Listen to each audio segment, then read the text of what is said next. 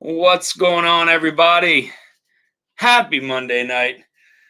Nice to see you all. I'm excited for this round three, the blind barrel proof rye showdown.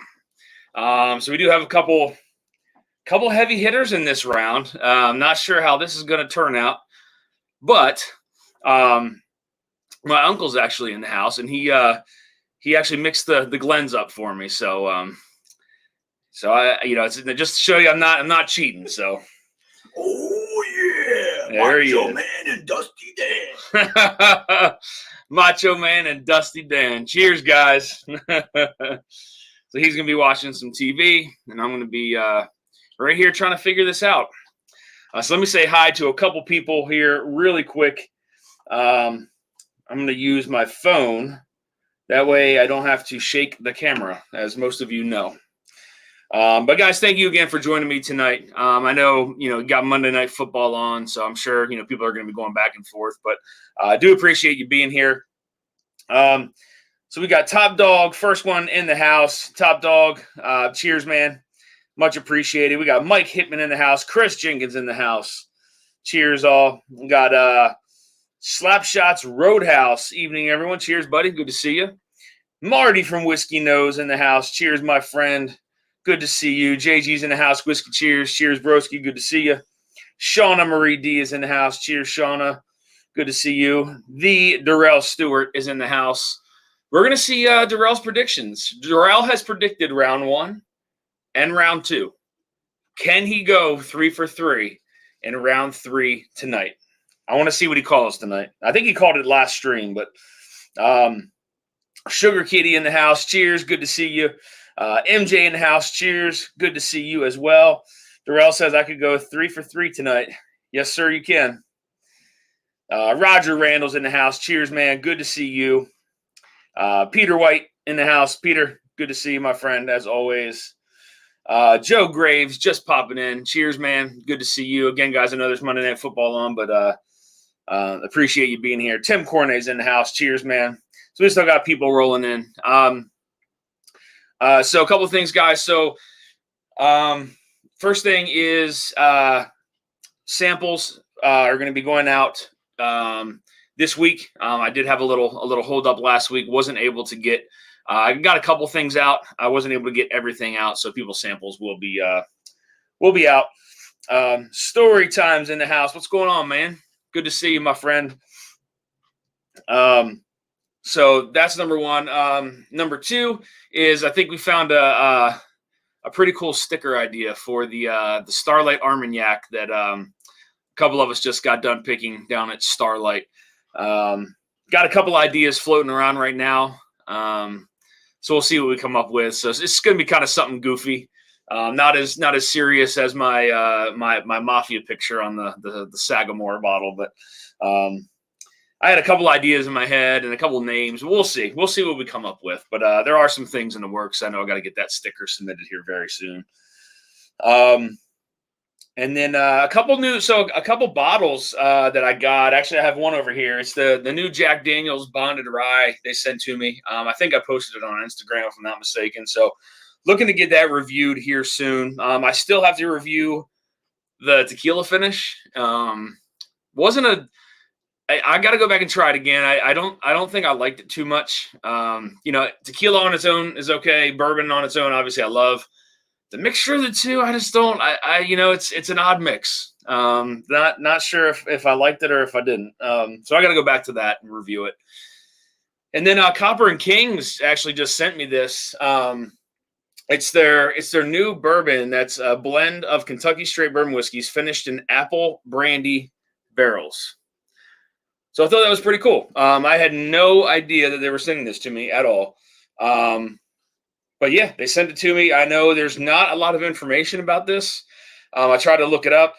Again, it's produced by Copper and Kings out of Louisville. 111 proof, small batch, sonic aged, which I'm not sure what the hell that means. But yeah. So that's really all the information I have on here. There's nothing else on here. I tried looking up some information on it. Can't really find anything on there. But pretty cool that they sent this to me. Again, I had not a clue they were sending it. I didn't reach out to them. They never reached out to me. It was just kind of arrived. So, Joe Graves says, "Who cares about Monday night? The Orioles game is on." There you go, man. Joe, are we in first place? Or are we still one game out? I can't remember. Everyone remember to lick the like and like the lick. It tastes like a Rye Showdown. Cheers, Sugar Kitty. Appreciate that. JG says they use a hedgehog. Big Vic in the house. Cheers, Vic. Cheers, man. Good to see you. Vic, just FYI, like you said, I'm going to be sending out Tater's samples with yours all together in one package. So be getting those out. We are up 2 games in first place. Very nice. Okay. I've been slacking these last couple of days, so not up to date at all.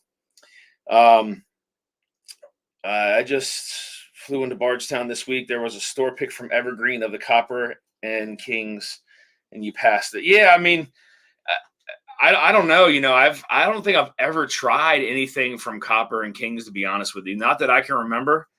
And especially, I mean, the only thing I've ever tried in brandy barrels, apple brandy barrels, was the bottle from Good Times, which is extremely controversial, but that's the only thing I've ever had, I think, in apple brandy barrel. So I did take a sip of it, but we'll see. We'll see what happens. Brian, also, man, I'm glad you got your package today. Good to know. Glad it got to you. Again, guys, sometimes if I send something out and it's wrong, please let me know. Or if you guys never get your sample, you guys got to let me know. But like I said, I do this last round that we did of giveaways. I didn't get to send a lot of them out, so I will be getting them out this week. Brian says your driver comes in style. Yeah, it was the weirdest thing. All right, so I got a FedEx delivery, which was I think my FedEx delivery was the boss's birthday from Nashtucky. And I swear to you, he was walking away from my house as a UPS driver pulled up and was walking to me. He's like, "Hey, I got another one for you to sign." And I was like, "Another one?" Like, I knew I was expecting one, but not a second. So I cracked that one open just to see, and it was the Copper and King. So, Paul P in the house. Cheers, man. Good to see you, my friend. So, guys, tonight, again, I'm not going to do a giveaway because I still have a bunch of samples to get out. So I'm not going to do any kind of giveaway tonight at all, unless you guys want me to. That's up to you. I mean, you guys know that what's mine is yours. If there's anything you guys want me to throw a sample in there of, I'm more than happy to. So whatever you guys want to do. All right, so in tonight's blind showdown. All right, we have a couple heavy hitters in this blind, and like I said, my uncle just in his macho man voice, he shuffled these up. So just to show you guys, there's no kind of trickery or anything going on. So it's a true blind. I know what's in these, but I don't know where they are. So tonight we have the Stellum Rye. This is their black label rye. I was actually a pretty big fan of this rye. How is it going to hold up in a blind? I don't know. We'll see. This one comes in at 114 proof. We also have the 4-gate Ruby Rye Springs. This one comes in at 113.4 proof. This one is the one that was finished in matured 42 days in Ruby Port rum casks. We have the Sagamore Cognac finish. This one comes in at 105 proof, and this one was actually the distillery exclusive. That's the one that was drawn. I have another one up there, and I think I have another one at home. I have 3 cognac finishes, and this is the one that was drawn. So then we have the Belle of Bedford. This is the toasted Belle of Bedford. Got this guy in the mix. This one comes in at 114.5 proof. And then we have, which finished in my top 10 whiskeys of the year last year, the Sagamore. No, did this one? No, I think it was the sherry finish that finished in my top. No, it was the port. It was the port. It was this one. This one finished in my top 10 whiskeys of the year last year. So we'll see. We're going to see what's going to happen. I don't know. Got some hitters in here, though. But, could Stellum or the or the Hughes steal the show? I don't know, man. We're going to find out, though, guys. Bardstown had an early release with the 11-year MGP finish in apple brandy barrels. Oh, that's right, Cam.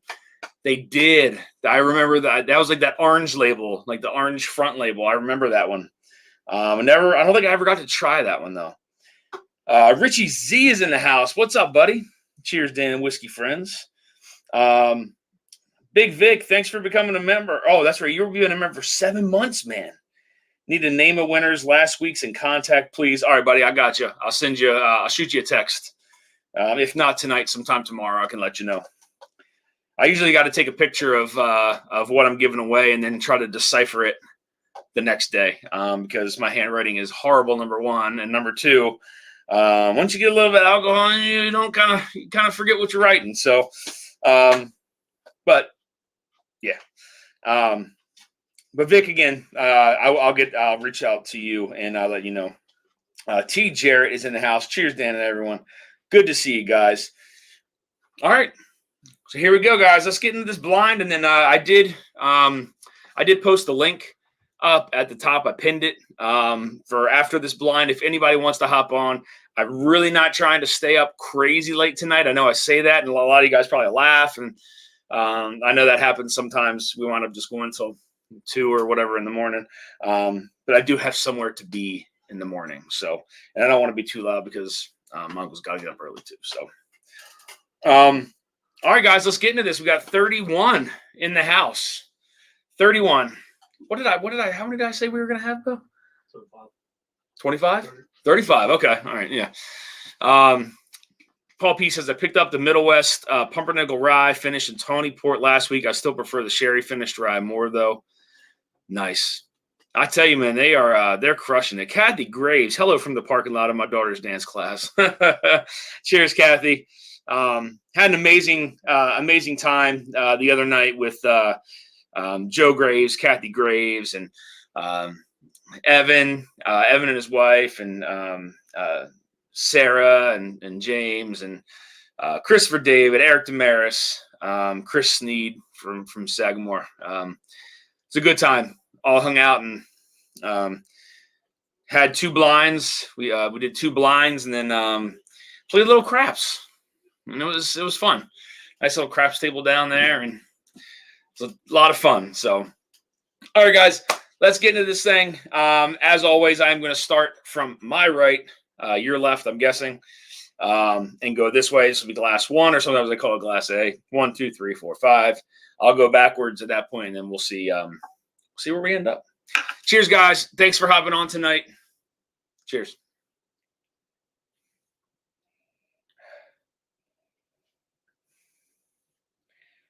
It's always the awkward silence when I'm in between drinking. So this one, I mean, just right off the nose smells really good. It smells really good. This is gonna be so hard. Oh, Darrell, hold on, Darrell. I need Darrell predictions here. Darrell Stewart, I need some predictions. He's been 2 for 2 so far. Got to see if he calls it. Kathy says it's always fun when we all get together. Absolutely. It was amazing. Amazing food. Fantastic. Fantastic food. The brisket, the sausage, the ribs, the mac and cheese, the crab dip, the tater tots. I mean, it was a spread. It's unbelievable. Amazing hospitality over there by the Graves. Darrell says, my money is on both port finishes. So he says the Foregate and the Sag for the wins. Oh, all right, Darrell. Here we go. We're going to see. Sandeep Chima in the house. What's going on, Sandeep? Says, hi, Mr. Dusty Dan Review. Good to see you, my friend. Sagamore. Sandeep, you're local, right? Are you local or are you in Virginia? Mr. Jiggs in the house. Cheers, everyone. Having an oatmeal stout, getting ready to watch the Browns. I'm a mass. What's going on, Jiggs? Good to see you, man. I'll be getting your samples out as well. I wasn't able to send yours out, but I'll be getting them out to you. Bourbon Bill, didn't forget about your samples either, my friend. Cheers, all going to be a great reveal. Definitely Sagamore kills it. Okay. Copper Wolf says, "Oh my God, sounds delicious." I think he's talking about the that port or that whatever Jigs is drinking. All right, Sandeep is in Virginia. Okay, Sarah's in the house. What's going on, Sarah? Got to hang out with Sarah as well the other night. Always a good time. Richie Z said he likes Darrell's predictions. All right, well, we're going to see. We're going to see. Let's get into glass number one. See, this one almost smells like it's. See, I'm going to think. So the only thing that's not technically finished is the Stellum. Because the Hughes is toasted, and then there's a cognac, and then 2 port finishes technically. So there's only 1 non-finished whiskey in here. It's just the way it was randomized, guys. I don't know what to tell you. And I'm already confused by this one. But it smells really good.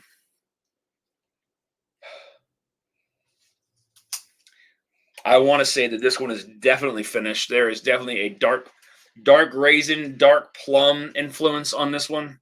Also some brown sugar. That's good. Cheers, guys. Thanks for hopping on.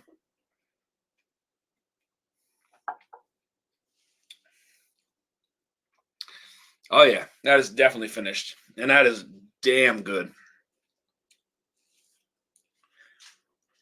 Wow, that's really good. Kind of like what I was getting on the nose is a reflection of what I'm getting on the palate on that one. Dark fruit. Definitely some brown sugars in there. That's good. Tim Corney says, got a chance to get some Old Force 117 bottle and bond this weekend. Anybody had a chance to try it? I have not.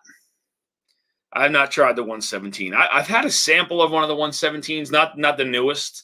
I thought it was pretty good. An ounce of Wild Turkey Kentucky Spirit. There we go. Sarah says, I got 2 bottles of the Detling. Dusty Dan, Eric is taking one. Let me know if you're interested in another. Sarah, is that the other one that you brought? Is it the same as the one that you brought to the Graves house? If so, I am in on that.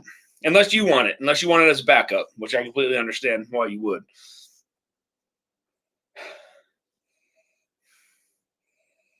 All right, yeah, I'm definitely saying that this one's finished. This is, again, there's a lot of dark fruits on this. I'm a sucker for like something that's very dark fruit forward. Get some of those brown sugars that are in there. And then what's nice about it is that rye still kind of peeks through. Not a ton. The finish is definitely a little strong on this one. You get little peaks of that rye that kind of poke through.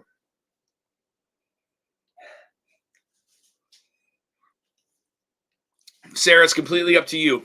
If you want to part with it, I will definitely grab it from you. And if not, okay, awesome. Yes, I will. Aloha, cheers, Dan. Don't forget my samples, Dan. You don't owe me any, but if you are sending some out, I got you, EJ. Good to see you, man. Mr. Jags, while that escalated quickly, Steelers touchdown 10 seconds in. Oh, my God. Oh, boy. Cheers, Sarah. Are all your dishes done? Make sure you pour James a drink and get on his slippers. Oh, my God. Peter White, the new Lot 40 cast strength port cast finally dropped in Ontario. Not as good as I had hoped. Man, that sucks. I'll tell you what, I remember, I don't know if it was last year or the year before, but I had one of the old Lot 40s. It wasn't finished, I don't think anyway. Man, that was damn good. Really good. All right, let's get into glass number 2, guys. That's completely different on the nose.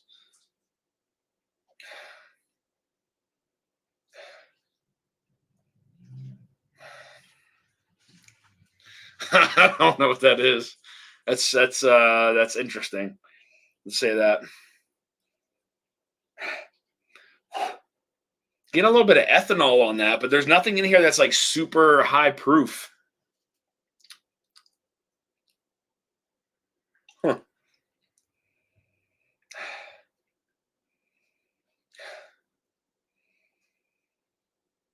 I mean, there's like a subtle kind of fruitiness to it. Maybe a little bit of like char. There's more rye itself on the nose on this one.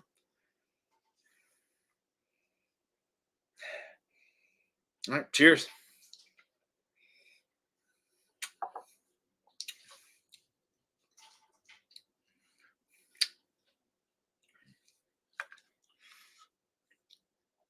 That's interesting.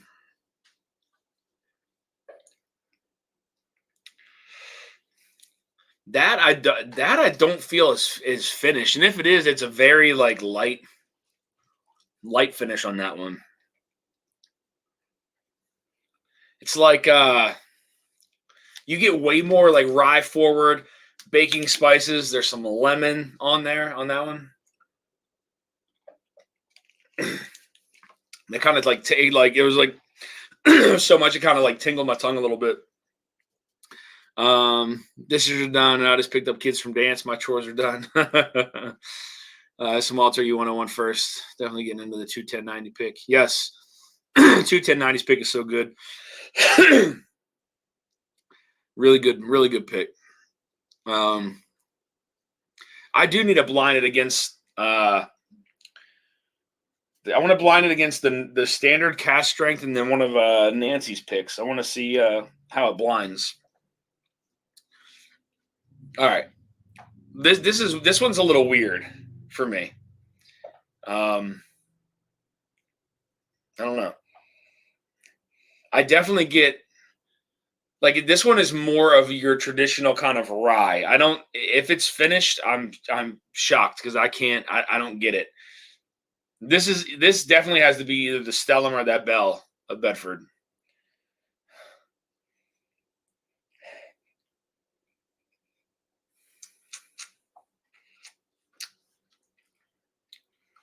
It's got a lot of traditional rye notes on it. Man, I don't know. It's definitely not one of the port finishes, I can tell you that. And I feel like if it was a cognac finish, I'd be able to pull that out. I mean, it's still good.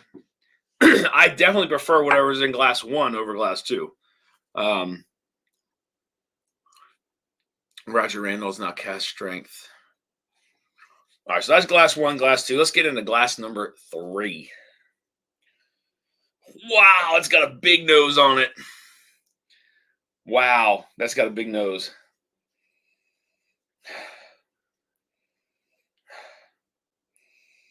I like the nose on this. I like the nose on this one. Again, this does not smell like it's finished though.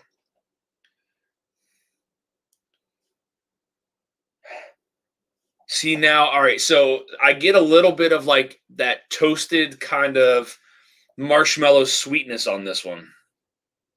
There's still some of that rye. It's definitely not port influenced.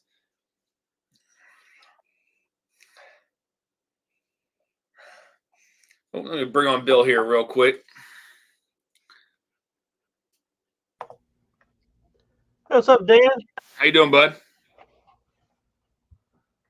Just you're doing a rye tonight. I'm doing rye tonight as well. Are you? What's in your blind? I got little Jack Daniel's barrel proof rye There here. we go. We got a Corbin Cash, nearly 8 years. Nice. At 130 proof. Ooh, that's got spicy. You might have this one in there. Is that the Bell that's toasted? No, this is it's a 10-year-old. That's 10. This one is, I don't know the age on this one. I don't think there's an age statement. But this one is, maybe there is. Hold on. Yes, this is 6 years old in collaboration with Kelvin Cooperage. Is that a Drug City pickup there, Dan? Yes, I believe this is Drug City. Yeah, I got this at Drug City right before the Sagamore meetup. Nice. And I then think this is Drug City. Pretty sure it is. And I think the one that's going to win my rye of the year is this cast strength 13th colony right here. Oh, is that the hazmat one? Yeah, this one is from Tennessee. It's 13 years old and 149.3 proof. Whew! Yeah. That's a hot one, man. Yeah, I don't see. Dang. Oh. That's a man. That blind's gonna put you down, Bill. Well, I'm just sitting here. It's not a real. I'm like, well, I'm trying to figure out what I'm going to put in my top 10 Ryes of the year.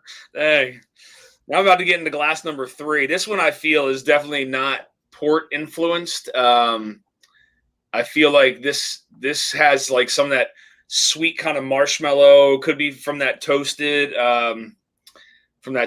barrel. It's hard to tell though. I mean, I don't think there's port in this. This one's not port for sure. It could be that cognac finish though too, but I don't really remember getting like marshmallow sweetness on that. All right, I'm gonna try it. Cheers, guys.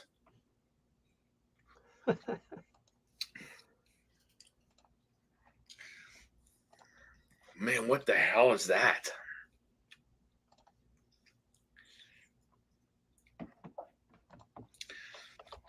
See, now that tastes like it's finished. That is weird. That tastes like it has a finish. Dan, your Bell is a standard bottle that I got from Drug City, but it's not a pick. Okay, the regular one Bill has is a pick. I enjoyed the pick more than the toasted. Gotcha. Tony Herrera, cheers, man.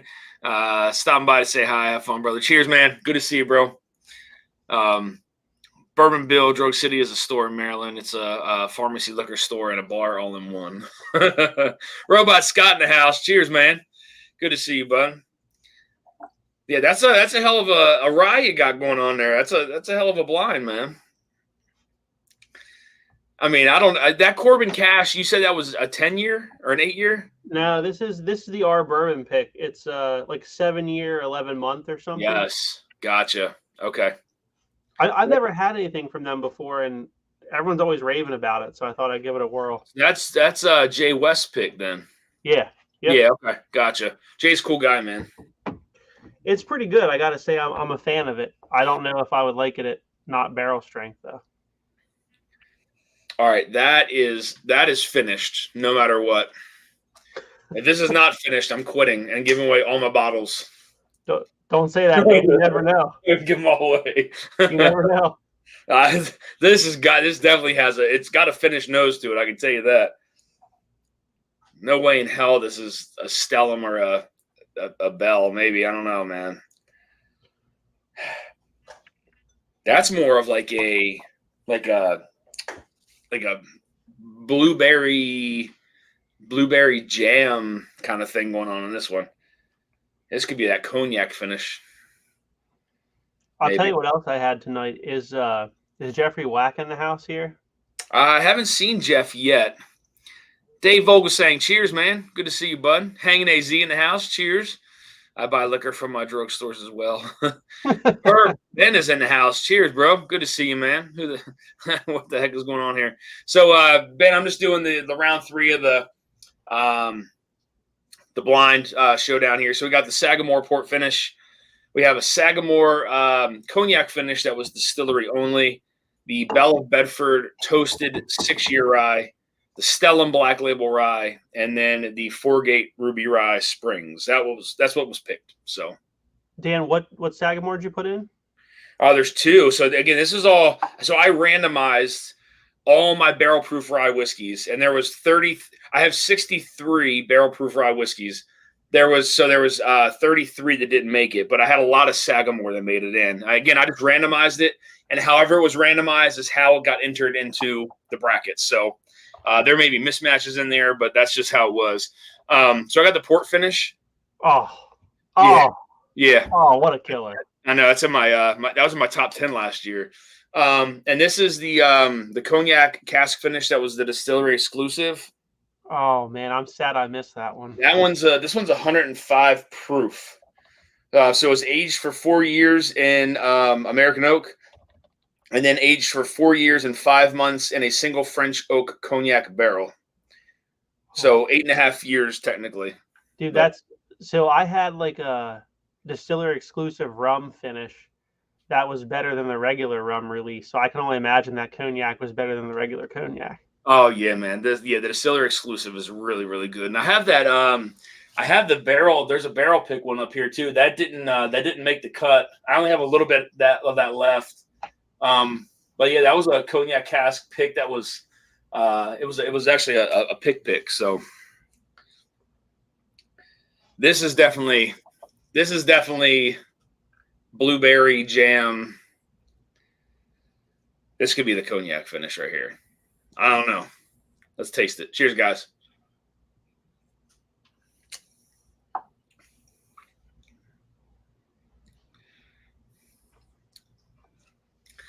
See, that's definitely finished, but I get like I was getting this on A too. I get like that brown sugar kind of thing going on there on like the back of the palate. And I don't remember getting that on the cognac finish. Ah, dang, man, this is hard. What year was that cognac finish? This one was.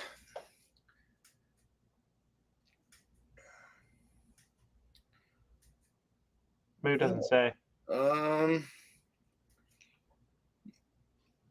It does not say, but I want to say this was last year. Could have been. I want to say this was last year, if I'm not mistaken. What'd you think of that news about Sagamore being sold? Yeah, that's pretty big news.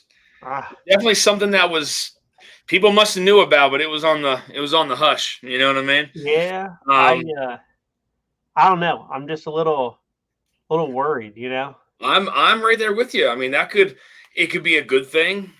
It could also be a not good thing. So, you know, with Brian being out and then the sale, it's like, I mean, like the recipe for success here is kind of gone, you know. So it's like, yeah, I mean, unless these guys have an agenda, you know, and I don't know. It's hard to say. I don't think we'd know for like a couple years because, you know, the projects they got in the works already, right? Yeah. Are still going to be solid and built under the old leadership. But I'd be curious in a couple years what happens. Yeah, I mean, you know, to hear that, you know, Plank and Bill, I forget his name, are now the minority owners. You know, they sold the majority of the stake to the company. So I don't know, man. It's definitely gonna be interesting. I mean, like, you know, to your point, you know, there's still stuff that was in the process of being made that's still aging. That's still gonna come out under current leadership. But then after all that, who knows? You know, it's anybody's guess at that point. It could be a High West scenario all over Oh again. God. Oh man, that would be so bad. That'd be so bad. I was like, no. Maybe they'll open the restaurant back up there, you know? And maybe they'll revamp it and do something with that. But man, I don't know. Peter, you see Peter's comment? What do you say? Sagamore, this are all finished. Hey, yeah, it's a possibility. That is a possibility. I tell you, there was we tried something, a sample that was brought over to the Graves house. And it was I think the rye whiskey finished in Amaro casks, which is like a liqueur. Yeah. It was a little bit much, man. Too much for you. It was like, whoa, like it was very potent, very fragrant on the nose. Yeah, I was not a fan of that, to say the least. Aren't they doing their own Amaro now or something? I'm not 100% sure, to be honest with you. I thought I read something or saw an email from them that they're like selling that now just by itself, just Amaro or something. Man, I'll have to find it now. It was too much, man. When I tell you, like, too fragrant on the nose, and I know a couple other people in the chat who were there smelled it, and I think they tasted it too, and it was just like, yeah, the Amaro was amazing. Yeah, okay. It was super, super fragrant. Yeah. It was interesting, to say the least. Right there. I don't know if you can see that. Oh, you're right. Okay, I can see it. All right, so do they say exactly what it was? It says Innovating from grain to herb to glass, first of its kind rye-based Amaro, made with the same 95% rye distillate used in Sagamore Spirit whiskey. So apparently it's some sort of like Frankenstein Amaro. I don't know. Man, I just couldn't. I couldn't really get into it, man. It was just too. It was too much. It was almost like over dominating the nose. Not even the rye. It was just like that Amaro, whatever that was. It's that liqueur. I don't know. It's a little too much for me, but I guess Joe did like it. I don't know. I mean, in a cocktail, I could see how that could be good. Oh yeah. But straight up, it was interesting. It was very interesting. But I mean, Joe, are you paying like 60 some bucks a bottle to mix? I mean, that's what you got to ask yourself. Yeah, Kathy, yes, yeah. It smelled like gin, almost very floral. It was definitely very pungent. All right, guys, let's get into glass 4 here real quick.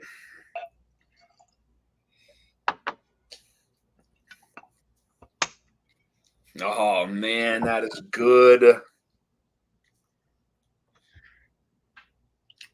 That has got to be one of the port finished ones. That's heavy, dark fruit, syrupy concentrate.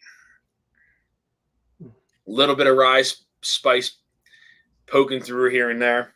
Long finish. That's good. That's really good. Well, you're making me have to. I think I'll get my port now. You're making me want to pour that. I don't know, man. You got some hit or rise there. Oh man, that's really good. This is good. It's on the nose. Like it's almost the same as A, where I was getting that same aroma on the nose, and then same on the palate, like almost similar.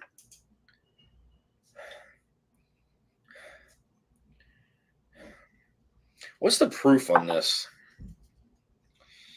103. This could be the Sagamore port. I'm real low here, Dan. Oh, damn. You are low. Actually, I probably have the same amount as you, almost. A little less than half, maybe. Yeah, it's just. Oh, yeah, you got a little less than I do, yeah. I was nervous about putting this in here just for this reason, because it was just going to drop, especially if it made it further. This has got to be a port finish. I'm going to say that this is that Sagamore port, and it's absolutely delicious. That's what I'm just going to call it already. They still had some when we were at Summer Jam. They still had like a couple bottles left. I was like, I can't believe people are sleeping on this, That has got. I'm calling, man. That is so good. That's so good. I'm going to say I'm going to say glass number 4 is a Sagamore port. And like I said, my uncle, he mixed them up, so I didn't do anything funny. He's over there. He's back there.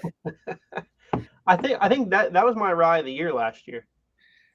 I mean, God, it's so good, man. So good. All right, let's get into glass number 5 here.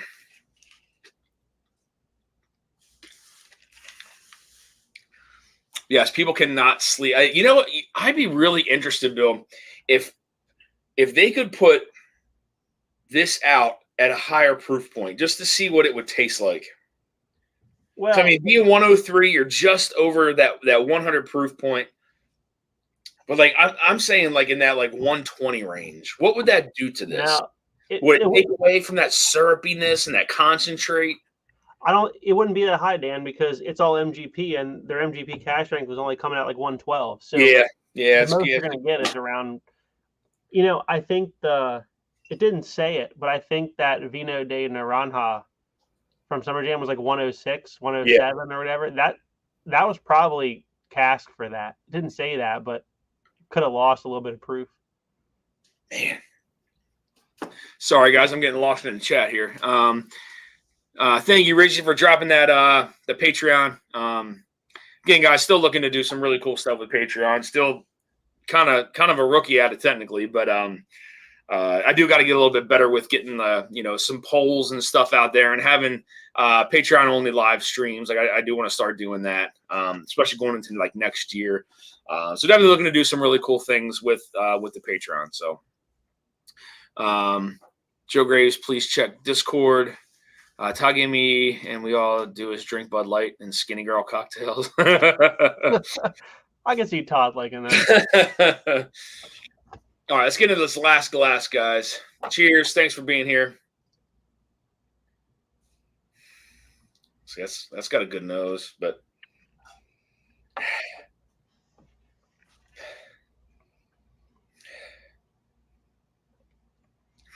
see, that's very fruity on the nose, but it's not that like that syrupy kind of concentrate fruit. This is more like some delicate fruit, some apricot, maybe a little bit of lemon, maybe a slight hint of some apple, maybe. Got a little bit of proof to it. All right, let's get in the palate. Cheers, guys.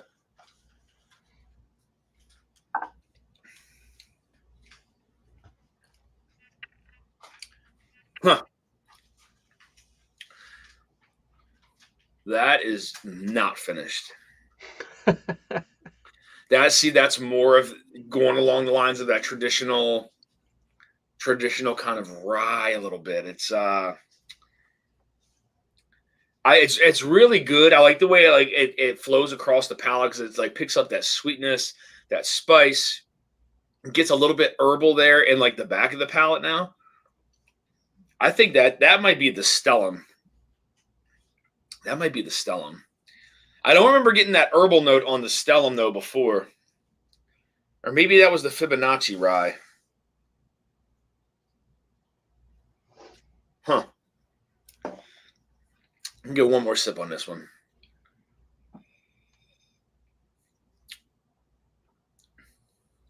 Yeah, I don't know.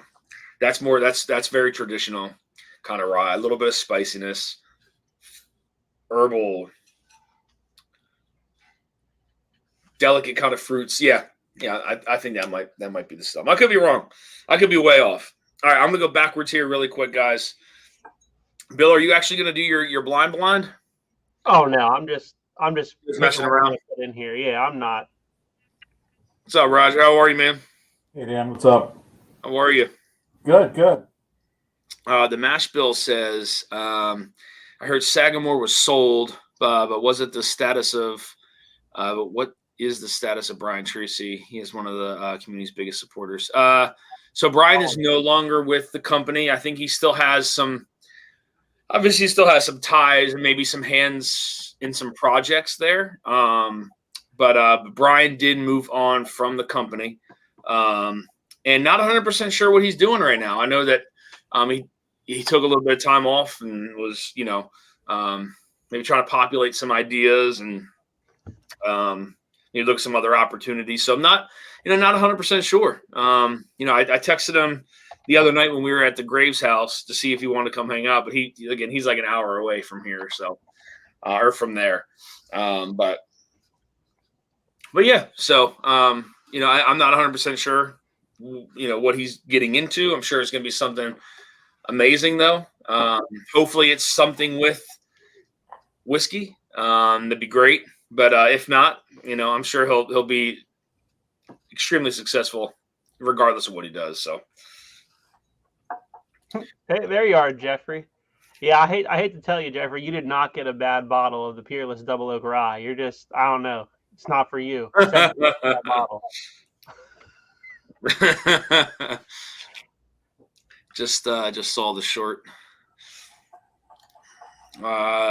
Whiskey Uncensored said he's doing some things. Y'all ain't heard the last of him. Yeah, he's definitely doing some stuff. So, but I think he's going to keep that stuff on the hush. You know what I mean? Until he's actually in it. So, Roger, what are you drinking tonight, man? You got wine. You got whiskey. Well, getting prep for tomorrow, leaving for Kentucky. Four Roses small batch select. Nice. Okay, I got a bottle of that somewhere over there. I like the small batch select. I think it's a very underrated bottle. Yeah, I just it's a rye almost, so pretty high rye content in it. Roger, I did like 10 mash bills of Four Roses a while back, and that small batch select. It was up there with them. It wasn't worse than some of those single barrels. Yeah. I got a bunch of the single barrels. I'll probably hopefully get a few more this week. Running around hitting a couple. I think that that bottle can surprise some people in some blinds too. Surprisingly, given that you're not proofing it out by something crazy high, but I mean something that's similar. Yeah, I mean it can definitely hold its own. It holds its own at 100 to 110. Yeah, for sure. We got buddies. We do 90 to 100, 100 to 110. Those type things just to play through it. But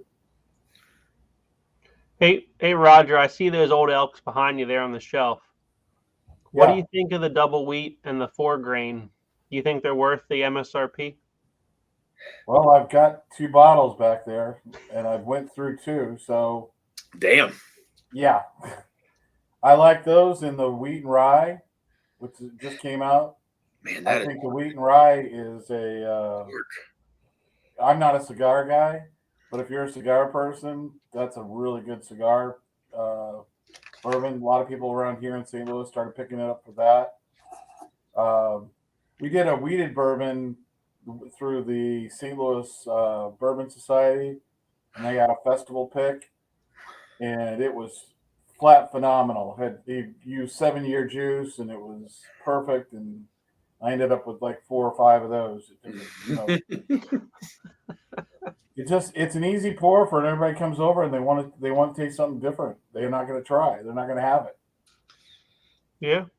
So this one, like this is good, but I'm having a hard time. I already know that these 2, I feel beat. Well, maybe not this one, but this one definitely beats this one out for sure. Already. This is really good. I still think that's the Sagamore port. So I don't know. Guess what they are by your notes yet? Some, yeah. Like I think that. Well, I want to get through these first. No, I meant Bill? Our soothsayer, the Swami, the pick that picked them last week. Oh, Durrell. Durrell, yeah. Yeah, Durrell. He said that both port finishes are going to win. So he says the Sagamore port and the 4 Gate Ruby Rye Springs are going to win it. So he's a smart man in the house. What's going on, man? Good to see you, bud. See, this is man, this is hard. I think right now it comes down to glass number 1, 2, and 4.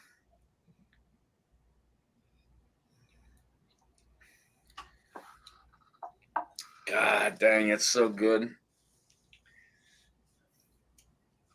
I don't know. So this one, I think I'm going to put this out already. Glass number 3. That's going to be out. Because I like this one better than that. I like this one better than that. This one I think is better than that as well. If I send you a sample of this, you should put it in there. I'd have to pull something. Well, the problem is I'd have to pull something out, and then if that one I'm moving on to the next round, I wouldn't have any to put into it. Well, just make sure you don't have any open flame around that. Yeah. Oh, absolutely. My wife was trying to light a candle when I was filming. I said, "Get out of here! I had to get a fire extinguisher out. I don't want any flames in the house. We're trying to sell this place." Oh God. Oh, this is really good too. All right, let me get in the glass number 1 here real quick before we eliminate anything else. What's the score of the Steelers game? I can't see it. I think 7-3. 7-3. Hey, Roger, what do you think of the Frey Ranch stuff? That's something I've always been intrigued about, but never had a bottle. I started out with a basic and liked it a lot. Ended up with a couple of the cast strings, and then I've got the 100% wheat. which I have not popped yet. It's in the 375. So far, I haven't anything I haven't liked. Some of it seems a little young, but it's not too bad. The cast strengths are just the way to go. I mean, Well, those have got some age on them and Whoops. just come out dark as dark can be. would you go with the bourbon or the rye? Yes, no, I am a Ravens fan. I've had the rye, the plain rye, and I didn't like it as much. Ah, okay. And that's why I stuck with the bourbon. But again, I'm not a huge rye person like Dan. I don't know if I like bourbon or rye more. I mean, I love bourbon. Rye has definitely grown on me over the years. Yeah, that's same with Right. me. Bourbon will always have my heart for sure. Yeah, I'm the same way, Dan. I mean, Yeah. I should not have any bourbons, but this year though, man, I bought probably more bourbons this year than I have, or I'm sorry, more ryes this year than I have bourbons. Yeah. All right. I'm going to eliminate glass 5. Rye's gone. Again, this one's very sweet. It's got that marshmallow sweetness, some of that rye that kind of pokes through. It does taste fairly young, not super young. This is more of your like basic traditional rye. A lot of subtle fruits, lemons, apricot, a little bit of spice that kind of pokes through. Pretty decent finish. Now it's down to these 3. And I can tell you right now, this one, glass number 4, is I think this is going to move on to the finals for sure because I like this one better than I like both of these. So glass number 4 is going to move forward. Now it's down to glass 1 and 2. And this is hard. Because I feel like these are both finished. But what are they finished in? I don't know. I cannot figure it out. I mean, there's only one cognac finish in here, but there's two port finishes technically. Oh man, they're both really good. And I'm running out of whiskey too. I'm splitting hairs here. Trying to pick one of these. Man. See, it's crazy. I was telling my uncle, like when you do blinds, like when somebody sends you a blind, trying to bottle guess is so difficult to do. Impossible. It is so hard. I've done it very few times. And then it's crazy because when you do it yourself, like you resort back to memory off of what you remember from these things. And I feel like my guesses might be correct with some of these just off of memory, but it's so hard to say. But yeah, I mean, getting blinds from other people, I mean, you got to think it could be anything. It could literally be anything, and then people usually send me like 3 or 4 good ones and like one dog shit one just to just to mess with you, This should all just be like Malort. Yeah, it's always like some horrible like peated scotch or something. Can you imagine if Matt did that during Matt Madness? Just send somebody all Malort. Oh my god. It's crazy he did that with like the Eagle Rare and stuff like that. You know what I mean? And then try to figure out what it was. And I'm splitting hairs between these two. Like they're both really, really good.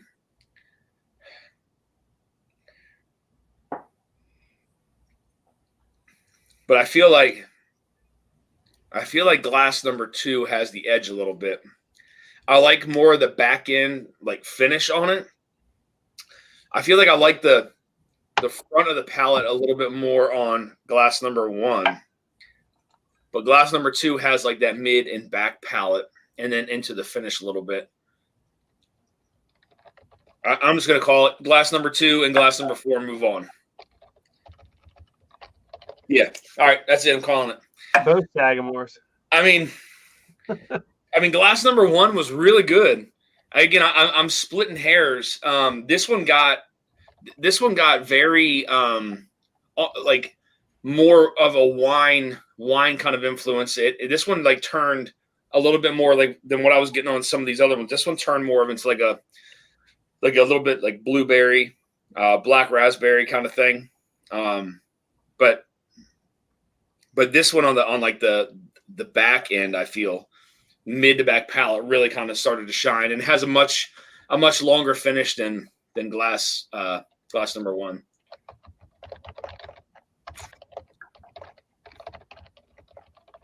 Yeah.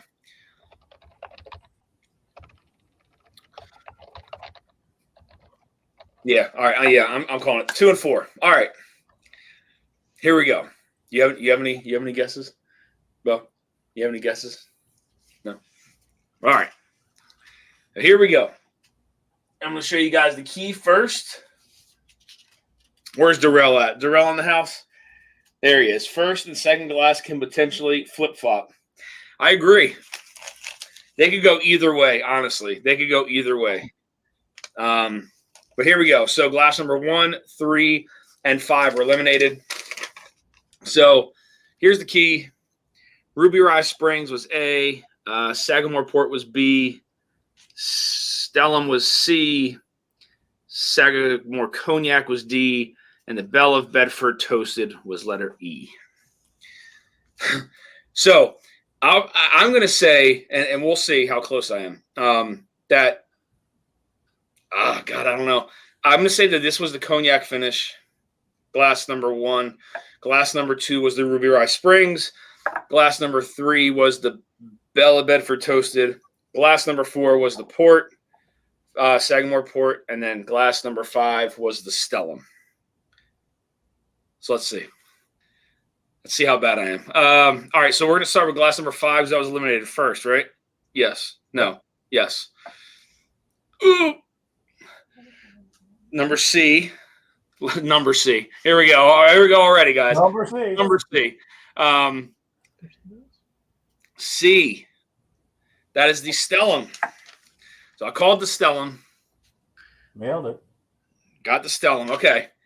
All right. What a I was surprise. confused. I was like, is this the Stellum? But I was getting that marshmallow sweetness on this one.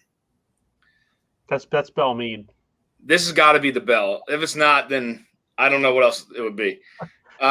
E. Oh, it is the Belle. Letter E, not a number E. Letter E is the Belle of Bedford. So I called that one. Okay. Darrell, you're getting closer, man. So this is where it all came down. I feel like this had more of it. It turned a little bit on me, and like I said, got more like wine, blueberry, black kind of raspberry kind of thing, like blackberries. Whereas this one, I like this one a little bit more on the back of the palate, a little more viscous. What is it? Oh God, B. Oh my God, that was the Sagamore Port.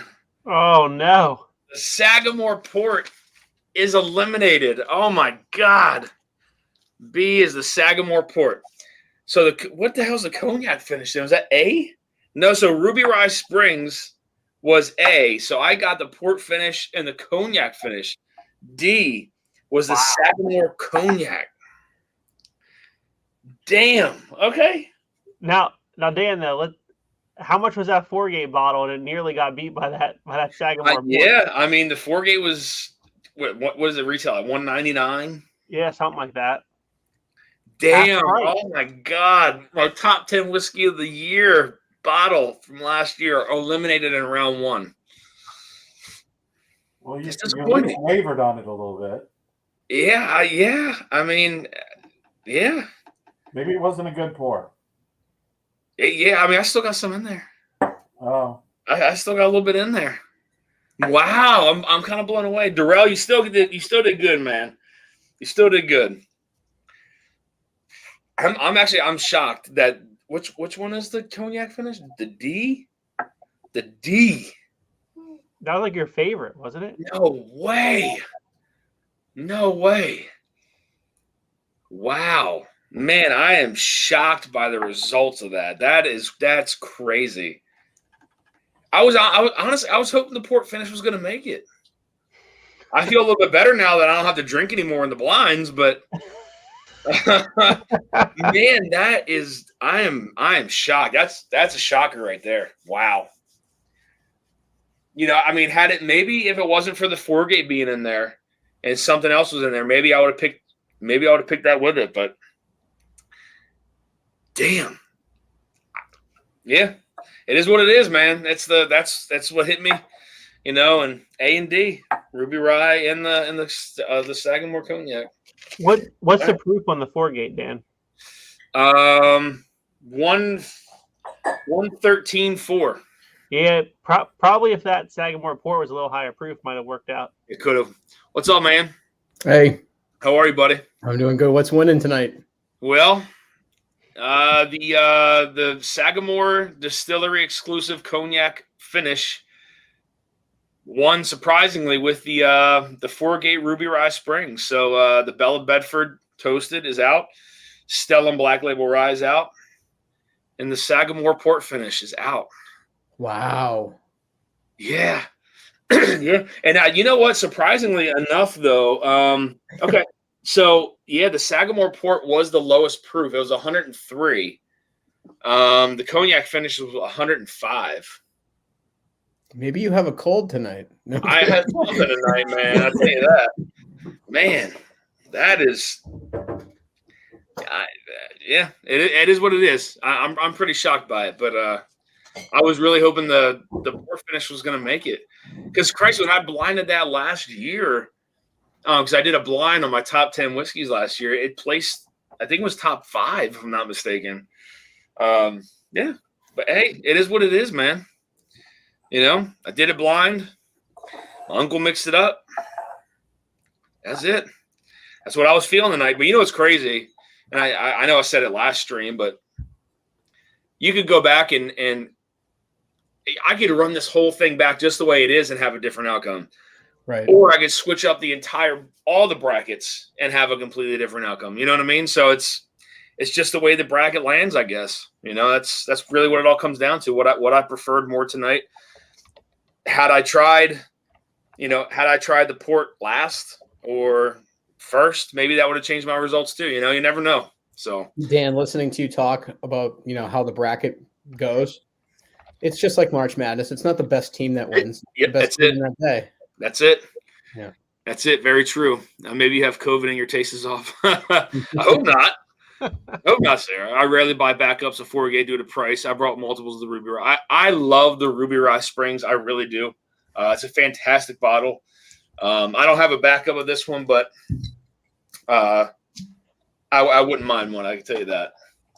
Dan, your sample came in today. You got it? The 1955. Yeah. King of Kentucky. That has an interesting nose on it. Oh yeah. I mean, again, it's that old oldie. That's like 80 proof, right? Yes. That's got a lot of nose for 80 proof. It is. That is an 80 proofer. Yep. And that's smelling it out of a sample bottle. Yeah.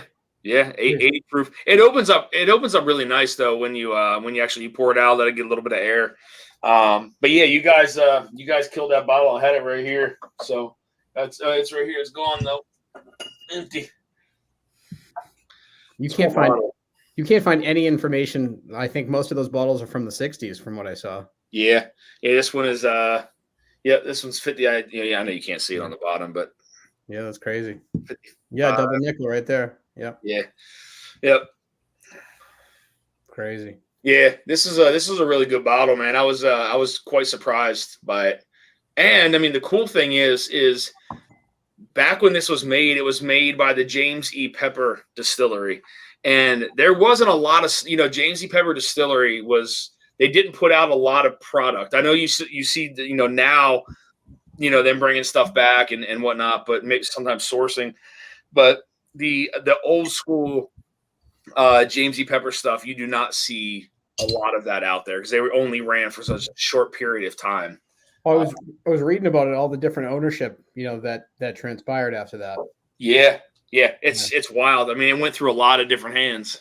I mean, I think that was my favorite part about getting the sample was trying to find information History. about it. I'm telling you, it is the it's the biggest rabbit hole, man, because you go down and it's just like you start digging and you find out something else and then something else and something else. It's just like it's crazy. And I've done a lot of research with a lot of the bottles that I have. Not all of them, but a lot of them. And it's just crazy to think how many different hands had their hands involved in some of these things. So Yeah.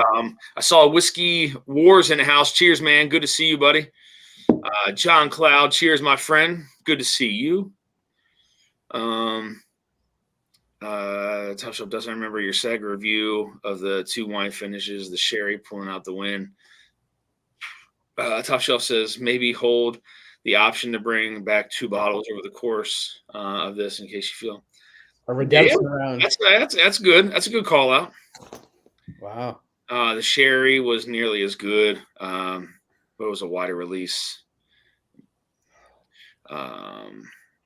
Peter White says the Browns and Steelers playing Three Stooges football. Darrell, you still did good though, man. I mean, you only got one wrong so far, so can't beat that, man. He called the Sagamore Port and the Foregate. So we got the Foregate right, but he called both my winners from the last round. So Darrell, I'm a dummy. I'm drinking again tonight. I want to see what's next in the next bracket because I know what did I put? That's right. I forgot to bring the Boone County Rye over the other night when it was in there, so I had to put the Heresy Rye, which was picked from Broken Barrel. I put that in there, so now the Boone County's got to be replaced. But next week's bracket is the Maker's Mark bracket, and that is a Peerless single barrel that is labeled Rye Tie. The Sagamigos pick from Sagamore, which was the Master Journey Whiskey Club, and myself picked a pick, and that's that. The Seagrass is in that. The Old Carter Rye Batch 10, and the Old Bones that's sitting behind me here, that's in there as well. So that's a big one. That Seagrass should stand out like a sore thumb, though. Yeah. It should, yeah, for sure. I mean, But it'll be weird, right? Like if it's last, if I have to taste that last after tasting all these, like what the hell is it going to taste like then, you know? But you're right, Bill. It should. I mean, that has those notes that's just so out there. I kind of want to put it in a rye blind as well because I want to see how different it tastes. Yeah. Especially up against something else that's like that. So that the Peerless, that Rye Tie, when we were in Kentucky a few years back, we went to Peerless and we tried 2 different single barrels, and they were sister barrels. I sat side by side in their little rick house, and the one was Rye Tie, and it had like it was very rum forward, like brown sugar notes and kind of molassesy, a little bit of syrup. And the sister barrel was called Orange Blossom, and it was very orange and floral, very weird. But that one's got a lot of like finished influence to it, even though it's not. The Sagamigos, I love the Sagamigos pick. That's fantastic. now, Dan, is that a 6 or 7 year? That is, I think the Sagamigos is a 7-year. Okay. Yeah, mine was actually it had a neck tag of 7, but it hit 8 the day before it was bottled. But yeah, Brian reached out to me and told me that. So because they wound up picking it up a little bit late, it didn't get bottled in enough time, so it wound up hitting that like a day older than 8 years before it got picked up and bottled. So, and then I mean, yeah, the Old Carter Rye Batch 10, I'm a big fan of that. So that's gonna be a good matchup. What are you drinking? Oh, I think this is one of the best Sagamore recent releases. This Albarino cask. I tried that. Man, so the week after next is gonna be I'm gonna be biting my nails on that one, man. So that's so I got the Emerald Rye from Blue Run, which I'm a fan of the Emerald Rye. I know I sent that to Ethan in a blind, and he picked it first. I mean, it's Jim Rutledge's very first rye whiskey he's ever distilled. The Found North Single Barrel Batch 7. My own pick, which got entered into it, Sagamore 8-year, and then the Hard Truth chocolate malt. So, yeah, I'm gonna be. If my pick loses first round, I'm done. I'm quitting. I think the Hard Truth is gonna taste weird after all that stuff. It could. I guess the biggest thing is like where it lands. You know what I mean? Like where it gets mixed up, where it falls. It's hard to say. I mean, I felt like if these were switched a little bit, it could have had a different outcome. You know what I mean? So maybe that needs to be a midstream. Somebody hits the red buzzer. Got to do it. Dan, if you pick the Blue Run, that's just gonna be an embarrassment. You know what I mean? Yeah, dude. Jay's not gonna do any more picks with you. He won't. He won't. You're cut off, bud. Go somebody else. So if anyone saw me dribble whiskey down my face drinking out of a Kenzie, that's my first time ever. So it's just been like, I was like, damn, the mouth on this thing is like wide open. It's like dribbling down my face. It's not good. Hence the term whiskey noobs, man. I know that's someone else's channel, but everyone's got a name. Yep. I can't wait for that K Luke batch 6 to get in, man. I don't know where it is. It's supposed to be here any second. Yeah. I'm drinking this tonight. Oh, is that the how is that, Jonathan? I've had the Dovetail, but people kind of like are hit or miss in the Armida, so I've never spent the cash. The thing is, in the beginning, it was very hot and spicy, and now at the half mark, I love it. I come back to this bottle once in a blue moon, and every time it just surprises me. And for the $79 we pay here for this bottle, for all the I don't have a bottle of that. I know I got a sample of it somewhere. Yeah, you got a bunch of barrel back there. Yeah. I mean, if I ever send something to you, I'll I'll check in with you, see what you want to try. But like this stuff, I always have barrel in hand. The crazy part is this is all Tennessee, and with the 3 types of finishes, you don't get it. No, or when you do get it, it all leans in. Do you know what I mean? It's not a bad thing. It's like complimentary. People hate on the Dickel, and I like George Dickel, but it finishes extremely well. Yeah. I mean, people always crap on it, but like a good finish George Dickel is real good. Yep. I mean, pear brandy, rum, and Amaro casks. I mean, I don't know. Barrel's doing something right. Yeah, man. I mean, I said that so the last review I did with them, they sent me a bottle of the batch 35. And I mean, in my opinion, and this is just my opinion, but I think like consistently they've put out some pretty high quality product year after year, batch after batch. When you talk about consistency and again, like you can't really like get one of their batches and be like, oh, this is horrible compared to the next one. Like they're all pretty good batches that are, blended together. Everyone, I would say they're probably one of the most consistent when it comes down to really good batches of whiskey. Everyone craps on their high-end stuff, the gray label, gold label stuff, but all their other stuff's great. I agree. What's up, fellas? How we doing? Hey, buddy. Hey, buddy. Cheers, everybody. Cheers, man. John, I appreciate that. John Cloud, hit that like button. I appreciate that, man. Top Dog says he thinks the Hard Truth has no chance next week. Oh no, I don't think that's next week. I think it's the week after. Oh, he's dropping some hard truths right now. All right, I gotta head out, boys. Good to see you, Bill. Good to see you guys. I'll be sending out that sample to you here soon, bud. Are you? Hurry up! I'm moving. Oh, are you? How soon? Another month or so. Okay, you'll have it before that. All you got a hazmat team helping you move? Hey, real quick, I don't think I've ever hung out. Right here. Real quick, I don't think I've ever hung out with you on the stream before there, Bourbon Bill. So cheers to you, man. Well, cheers to you, sir. I wish I had a hat that sweet. You know what I mean? Yeah, there you go. Yeah. I don't think they sell hats that cool in Massachusetts. I'm pretty sure.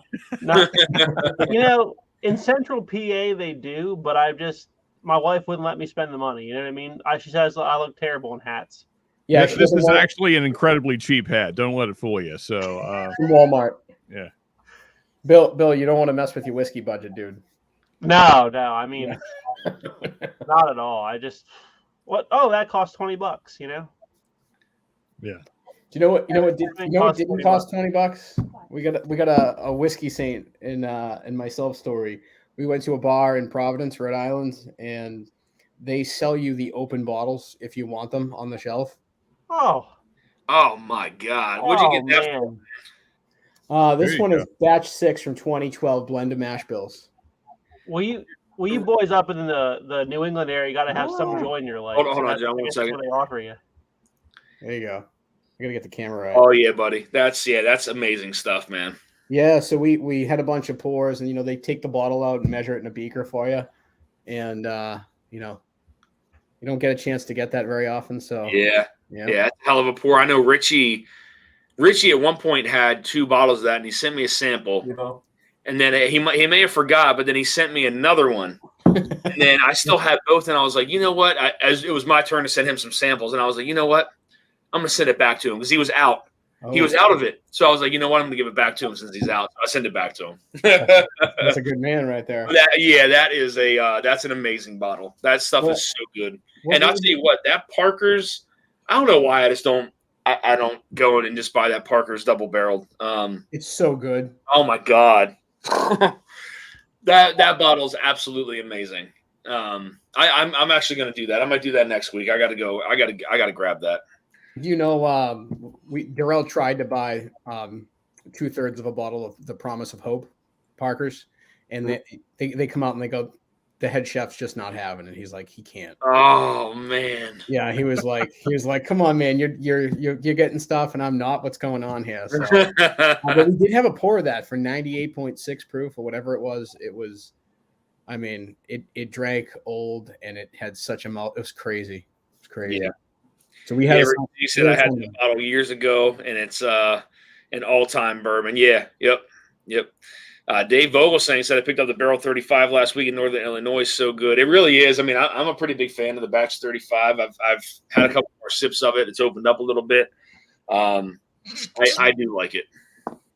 Has anyone had the Sagamore Manhattan finish? Jay said it was good if you like Manhattans. I haven't had a Manhattan in like 10 years. It is, yeah. They're actually rolling out with another one. I think he said next year. I think Brian said next year. Did we talk about Sagamore getting sold? Yeah. Crazy. It's you can just, you can only hope that things don't go down, but it's hard to say. Promise of Hope would have cost me only $150 from them. I wanted it so badly, but that was their last one. Oh man. Yeah, so this bar, it was like $25 or $35 for 2 ounces. So you're talking $17, $18 for that. Yeah. What? Yeah, it was nuts. You kept telling me about this place. It was closed last time, and we were like, this is stupid. So they didn't have a ton. They had 2 Four Roses LEs. They had 8 or 9 different Parkers, and they had all the Old Fitz decanters, and that's it. That's all they had for bourbon. But like, they'll sell you as long as they have a backup. That's wild, man. Top Dog, I have not actually. I've never had the Promise of Hope. Haven't had to pour that before. Maybe they'll sell us a sample. We'll just get a bottle for you. A little 2 ounces. There you go. That'd be freaking awesome. We gotta outthink them. Sean, what you drinking, man? So Richie actually asked me the same thing. I'm going very budget tonight. Just kind of doing a round of different budget bottles. So I got some turkey in the glass right now. I got a little bit of Benchmark single barrel down there, and then some Maker's 46, man. Yeah. Okay. Very nice. It's crazy. Sometimes you got to slum it, You got to slum it some nights just to remind yourself of the good stuff. That's it. That's it. There's some stuff that – and who was I talking with? I was talking to somebody. I think it may have been over the Graves house. Just like I'm to the point now where like unless it's a bottle that I really, really want to buy, like I'm not gonna buy anything anymore. Like there's so many good whiskeys that I have here that I just find myself walking by every time I come over here and do a review, and I don't drink on my live streams. And I don't have a lot of people come over here and drink some of these or anything like that, and I don't have a bar built or anything like that, but I just find myself walking by these whiskeys just way too often. And like the Seagrass, for instance, I love that bottle, and I haven't really had any since since I had it in the whiskey of the year contender. So I don't know, man. It's a don't know. problem. It's a problem that us collectors have. It's it's like overwhelming how many bottles. It really is. I mean, and there's, I mean, at some point I am going to run out of room here because it is all on the floor, and I have the same amount at my house, and it's like, well, I don't know what to do with it. I mean, I try to keep a rolling 50 bottles open. I try not to go more than that, and that's just me. But the more I get on the live streams and talk to people and want to share it, that's going to change. And talking about going back to your low proof stuff, I found having COVID and being sick for 8 days, man, that low proof stuff was hit the spot. Like I tried something that was 110 proof, and I was like, this is disgusting. And my brain needed to like reset. I didn't know what was wrong. I thought it was broken. Oh yeah, I was scared. I almost called my doctor. I'm like, I don't like whiskey anymore. yeah. What's wrong with me? To both your points there, Jonathan. First off, I wish I had the self control that you do. Basically every single bottle I own is open. And it's not 50. And then secondly, also when I came off COVID, same thing. Low proofs did it for me. And that's weird for me because usually I'm kind of a proof hound. When I came off COVID, I just kind of craved the lower proofs. The high proof stuff kind of tasted really weird. So, yeah, I mean, it was very barrel. I went over to my local store to taste some Elijah Craig barrel proof picks, and he's like, nope. He's like, you're not well yet. He's like, nope, I'm not listening to you. Joe Wanager, what's up, man? Good to see you, bud. Top Dog says, Dan, I'll have to get you a sample of Promise posting. Oh, man. John, you don't got to do that, man. I'd appreciate that, but you don't have to do that. What is your list of things you haven't tried? You should have a spreadsheet of that, Dan. That would be impressive. Yeah. I mean, there's a lot of stuff that I haven't tried. I think no matter who you are, there's a lot of stuff you haven't tried. Oh yeah, I mean, it's just there's so much out there. I mean, it's oversaturated at this point. But that's actually a good point. I might have to put together a list of some stuff that I haven't tried, but I'm really looking to try, and then maybe. Oh my God! Everyone would send you the whole list in like an hour. It'd be in the mail. It'd be in the mail in like an hour. Everyone would like. Yeah, that'd be really cool though. Actually, to do a spreadsheet of that, that'd be pretty interesting. I have 50 bottles open if I manage to finish off 125. So that's Independent Joe, what's going on, man? Good to see you, brother. Every bottle in this house is open except for around 10. There's no such thing as too much whiskey. This is Joe. Nate Cox in the house. Cheers, man. Saucy Shane is in the house. Cheers, my friend. Cheers, Saucy. I have 135 open bottles and many I will not go back to. I agree. And one I will not go back to ever is this amazing Hidden Barn. Oh, here we go. Uh, I've not had that yet, Dan, and I feel like I don't want to. I'm not sneaking into a blind for you, Sean. I don't know. Dan, well, there you go. Yeah, that'll be a fun way to get it. Dan, what's what the hell is this? What did you send me? What would you say, John? What's the note on that bottle you don't like? The grain. Oh yeah, it's just. Oh my God, it's literally like drinking liquid corn. I mean, almost every review I've ever seen of it says it's very youthy. It is. It's very youthful. It had a really nice nose, surprisingly though. I was pretty shocked by the nose. It gave me some hope. But man, when it hit the palate, it was like, whoa, like time out here. It should be called Hidden Age, not Hidden Barn. Yeah. Another one that I'll never really get into either is, where is it? Yeah, these two. The Elvis whiskey. Yeah, no. I didn't even know that was a thing. Okay. The king is dead. Well, I mean, I'm not a fan at all. It should die in the toilet like Elvis. Yeah, it was one of those ones that's just like, I tried it, I reviewed it, I went back to it, and I was like, this is not for me. Another one I'm not, and some people might and now in a cocktail it's different, but straight up, I'm not a fan of the Yippee-Ki-Yay. Yeah. Yeah, that vermouth. Okay. Yeah, it's that's. I guess you got to be, in the mood for something like that. But in a cocktail, it holds up well in a cocktail. I'll say that. I am not gonna. I'm Balcones. Anything Balcones. I'm not. I'm gonna mix with Coke or drain pour. Now you hurt my heart there, John. Yeah, it was intentful. So have you had the picks? Not forget the Shelfers. No, we don't get any Balcones picks. I mean, the only one I've tasted. Okay. Well, then is the ZZ Top one. All right, then I totally understand. Then, yeah, just ignore the Shelfers. Everyone, this is advice to everyone ever. Don't buy Balcones Shelfers. They're a waste of time and money. Please make a short for YouTube saying that, because I really, if you're not from that area, man, it hits different. But I mean, honestly, the Balcones picks, it's almost like it comes from a different distillery. They're amazing. Mr. Jig says that Elvis should have never left the store. Just saying. Funny, like I didn't buy it. They actually sent it to me to review, and I'm just not a fan of it, man. Darrell Stewart, what are you drinking, sir? I was just drinking some water. Oh, okay. Hey, man, you guessed pretty well to this point. I'll say that you have guessed pretty well to this point.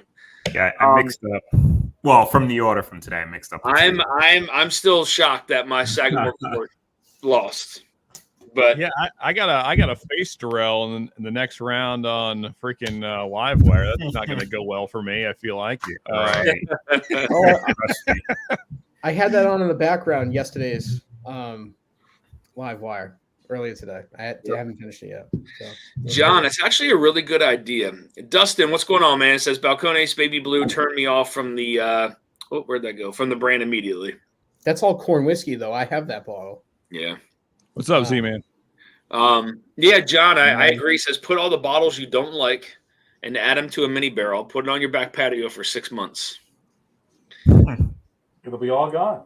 I said this on I said this on Jay's stream. Take all your disgusting whiskey and blend it and make him drink it and blend again. Just be like, I could submit that. Just name it open ass. That's the name. Judge on the American whiskey one. I'm not sending an American whiskey because I keep getting eliminated like the very first round. So I was like, you know what, I'm done. But I will. I'm going to send in a Blennigeddon or a Franken blend.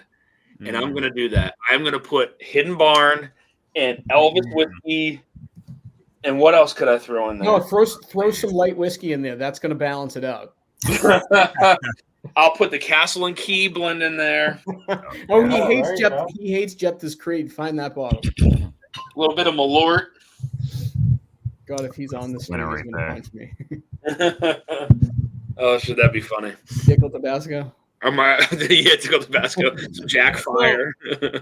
So to your point there, guys. I don't love the Starlight Port. It's a little bit bright and young, at least the one I have. And then I also don't love Balcones Brimstone because, it's a Shelfer Balcones.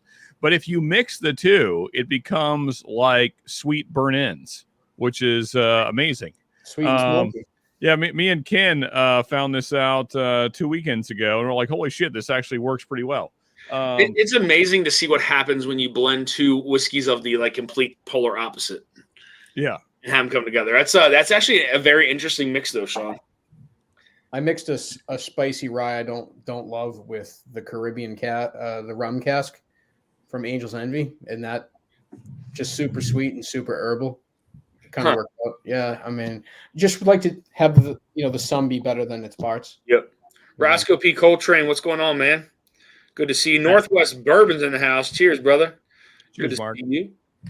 And Roscoe's right. It's definitely cigar weather outside right now in Kentucky. It's like perfect. What's the temperature in Kentucky?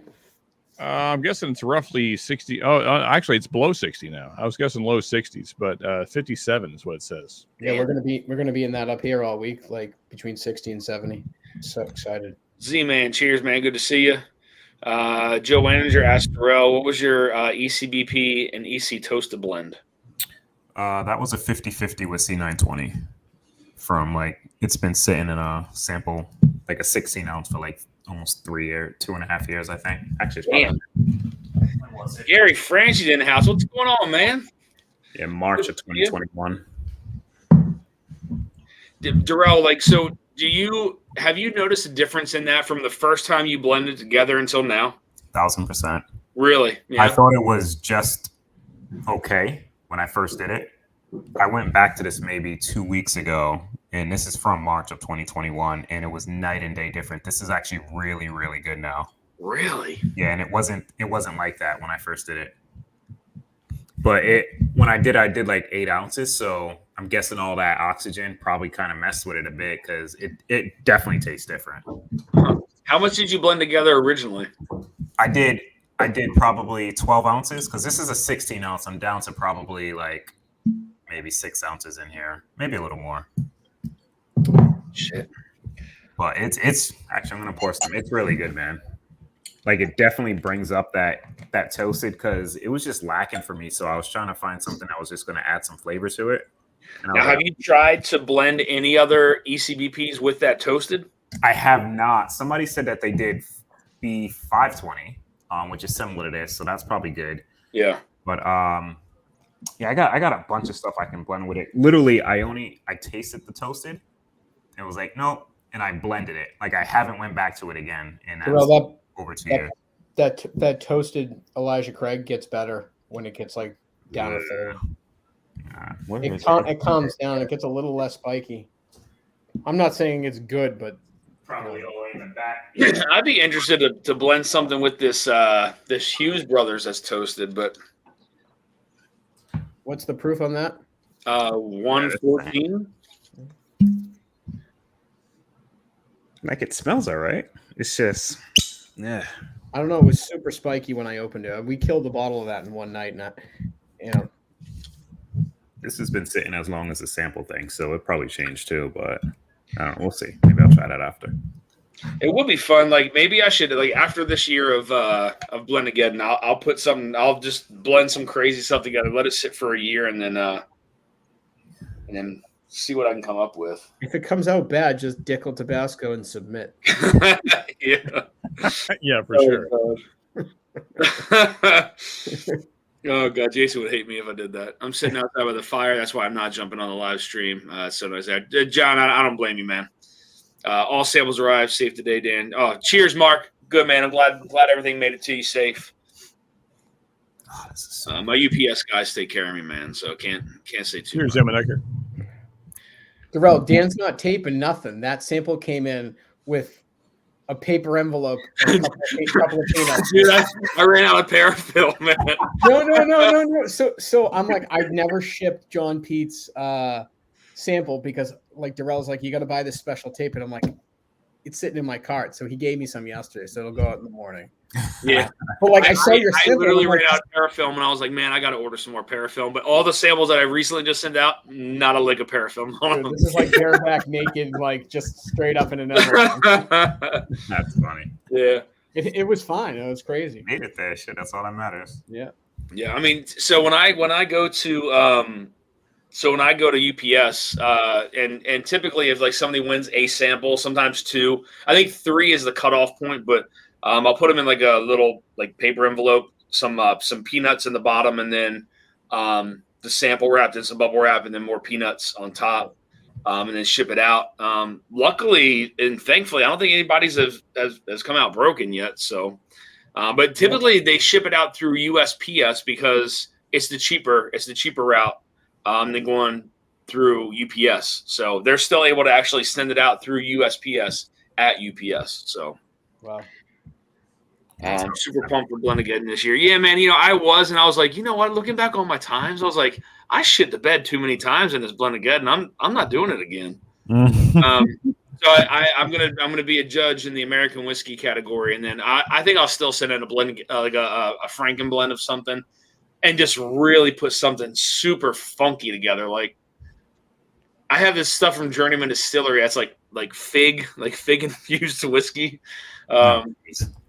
Just throw like that in there, and then some like Middle West straight like wheat and Hold Jack on. Daniel's tequila finished. I don't know. So you're judging American whiskey?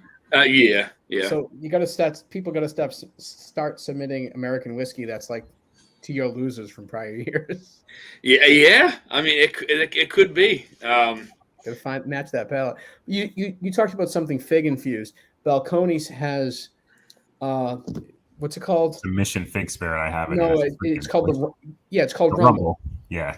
You know what? That's my favorite thing from Freaking Balcones. ridiculous, dude. I love it. I've gone through 2, and it's not even bourbon. Copper Wolf says I got eliminated so quick. Stay away from Woodford 5 malt. Huh? I Right. went from the finals to out the first round, back-to-back years. Like I'm like, what the heck? I thought my last year's one was better than the one that made the finals.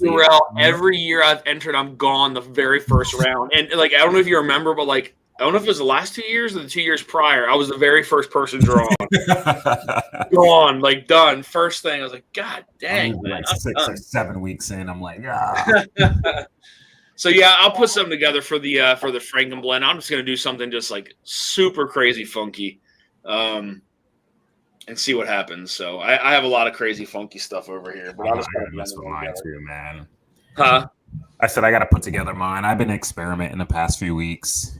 Nothing really to my liking yet. So, Yeah, I had this, single barrels, man, which is killing me. Yeah, that does throw a loop in some things, but that's the whole thing with the whiskey community. You guys are all buying each other single barrels, and he's like, dude, no, this year. He's like, you're not doing it. He like, I mean, it makes sense though, because I know some of the feedback that he received was that people want to go and try to make some of these blends because they actually do very well. You saw some of the judges last year, pretty high caliber judges, and saying these things were like super good. People wanted to make them, but the problem was some of these things were single barrel, so nobody could really go out unless you had that single barrel, go out and buy it and then actually make the blend. So I get it from that standpoint, like being able to buy, and that's why I said like no Dusties too, right? So like you can't. I couldn't put anything that's old in there because chances of finding some of that stuff is slim for some people. So, which is, it's understandable though, because you want to go back and try to make some of these blends that sound really good. So, yeah, no, it makes sense. I'm sure each year there'll be some changes and it'll find a good middle ground. Roscoe says a finished Isla Rye blend could be interesting. Finished Isla Rye. That's interesting. Isla. It's a no-go for me. Darrell's like, no. As soon as I hear Isla repeat. Darrell, I did open that hazmat bottle from the Dukes of Hazzard yesterday. Nice. Did you like it? Yeah, I was on the floor afterwards. No, they were right. It does taste like liquid ice cream. I did put an ice cube into it, and if my phone alarm didn't go off, I would not have made my 6 o'clock phone call. Oh, geez. I was saucy Jonathan. Let me tell you. I'm gonna try this. I tried a little bit of it. The Copper and Kings finished in American brandy barrels. I'm gonna try that. How did you say they aged that? Huh? You said they aged it some crazy. Yeah, well, there's not a lot of information out about it. I saw that ADHD whiskey got one. I didn't reach out to them. I've never even talked to them, so I don't know who the hell sent this to me. If it was them, or I think it was them because I got a bunch of stickers and stuff. But I've never talked to these guys. Is it sourced? It says it's produced by Copper and Kings American Brandy Company in Louisville. I don't see any other information on there other than it's a blend of Kentucky straight bourbon whiskeys finished in American apple brandy barrels. Small batch, 111 proof, sonic aged, no additives. That's all that's on there. What's the name of it? Copper and what? Copper and Kings. Copper and Kings finished in American brandy barrels. I had some decent stuff from them.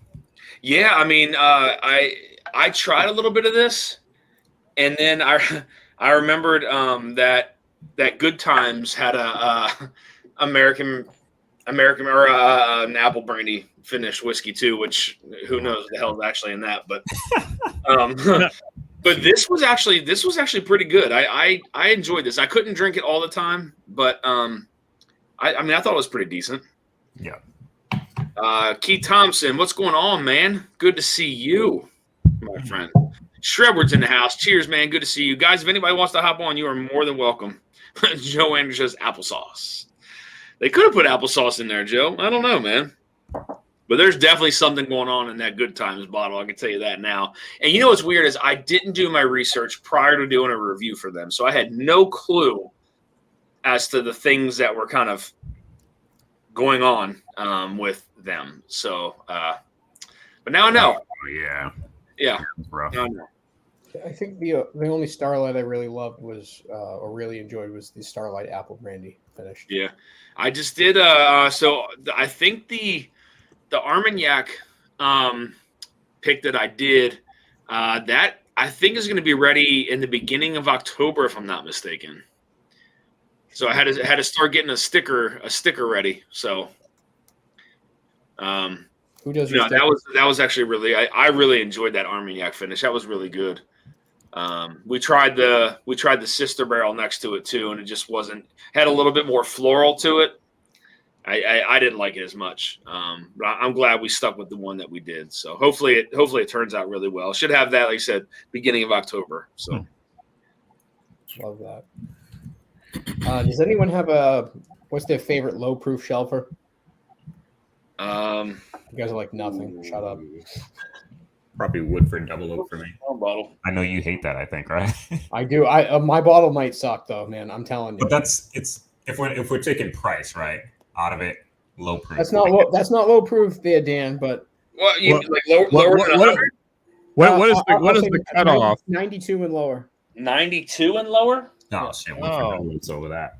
No, I was gonna Woodford say, Double Oak's 90.1. Is it 90? 90.4. Oh, okay. I was going to go 1910, but that's 93. That's fine. Just Yeah. wasn't working bottled and bond. Bottled and bond Yes. is a whole different animal. Michter's American. Really? Yeah. Yeah, that's a good one. Super underrated bottle. Yeah, that's on sale everywhere here It's for only like like 36 $39 bucks. too, I gotta something like try that. that. Yeah, very underrated for what it is. Their straight bourbon's good too. Yeah. Yeah, I mean, this was so a little bit about this bottle, right? Well, not this bottle, but the actual like Michter's American. So when I went to Bourbon Blind with Fred. with a couple guys I know, and then Fred was there for a minute, and this was part of the blind, and this won the majority vote out of all the things that were in the blind. And I had to go and pull up some of the things that were in the actual blind itself, but a lot of people were shocked and blown away that this got the majority vote out of everything that was there. What's the proof, Dan? Is it 83.4. 83? 83.4. Yeah. Wow. Yep. Very late on the palate, but I mean, still obviously really good. I mean, it had the majority vote in a blind of, I don't know how many people were there, a couple hundred. So I gotta think about what a shelfer would be. I don't know if you consider Evan Williams single barrel. That's not a shelfer anymore. So No. yeah, I don't even see that here. yeah. Look, even Shredward says Michter's American's crushable. Top dogs. Yeah. 3, Peter B. Michter's American, great summer whiskey. Peter White, Michter's American, on sale as a buy always. Yeah. Yep. Very, very underrated whiskey, in my opinion. Jerry Black, what is up, man? Good to see you. Dave, good call out, man. 10 cup, 10 year. I'm not sure how available that is. I don't see it around here. But yeah, I mean, that's a good call. I don't know where this is, but basic small batch shelfer. That's 86 proof. It's IW Harper. I think that's might be sourced. Oh yeah, I've heard of them. I haven't had that. Oh wait, no, go ahead. Sorry. The only reason I own a bottle of that is someone was clearancing it out for $17, and I told my wife, I'm like, yeah, you can use this to make whiskey sours, and then I tried it. I was like, this is actually brown sugary and good. I'm like, no. Dan, did you see Frenchie's comment on that Copper and Kings? Whoops, let me see. Hold on one second. Frenchie, where is he? It's maybe like Northwest Bourbon say 1783. Okay. Gary says, regarding the Copper and Kings, one of the stores in Louisville wrote that the bourbon sourcing was Heaven Hill, Barton, and Bartown Bourbon Company, and the ages are 15, 10, and 5. Take this for what it's worth. Okay. I mean, it's got some color to it for sure. I mean, it's not that bad. There's not a ton of the apple influence. You do get more of it on like the back of the palate. It's got a nice bite to it though. It's not bad. I gotta try more from them though. I mean, the nose is fantastic. I love the nose on this. I could nose this all day long. The palate, I think it may need to open up a little bit, but a little bit of that apple influence there on the back of the palate. But you do get more of that bourbon that kind of shines through there too. Non-chill filtered. I just read that too on there. Nice. I was. What is Sonic aged? What the hell does that mean? It was aged at Sonic. Sounds like a gimmick to me, but Where they blast the sonic waves through it. Sorry. Speed up the freaking age. Yeah. Like a bass speaker on the side of it. also, real quick before we get off the budget thing, I just got to throw out Benchmark single barrels. Some of these can be pretty damn good. Just saying, they're like $20. So Yeah, we don't get that up here, so I had to get the single barrel. I had to get that, the top shelf, and the full proof when I was in Baltimore because we can't get that up in Mass. Yeah. yeah, the single barrels can be really good. It's a lot. Yeah. Yeah, so Northwest says it's that rapid aging process. I thought a lot of companies were done with that, but aged in QA Hedgehog. Huh? What the hell is that? Yeah, what the hell does that mean? Whose comment was that? Copper and Kings plays music in their basement way. barrel room. Interesting. Okay. Aged in Oreo and Snickers barrel. Oh, so it's like the same shit that Metallica did with Blackened. Yeah. Okay. All right. So I was just joking around with the whole speaker shit, and that's truly what it is. Yeah. Apparently, it's true. Wow. I think they're going to fill a yoga ball and bounce it or something. Interesting. Okay.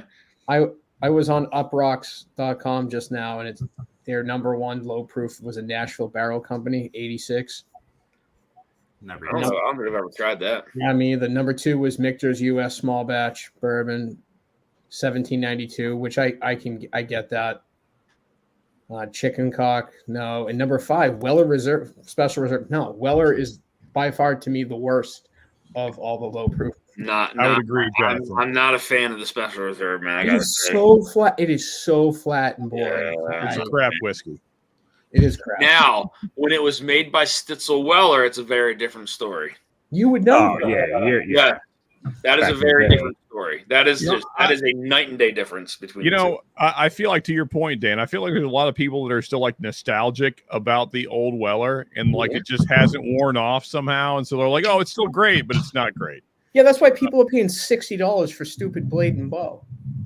If I have what do I have? Well, I got a very old Fitz sitting here. That's Stitzel, and again, obviously you get more of that older taste from the old Fitzgerald, but just vastly different from what's put out today. But to each their own. I mean, everybody has their own opinion on that older stuff. You know what I mean? So it's. I had a weeded tasting at my house. There was 20 people, and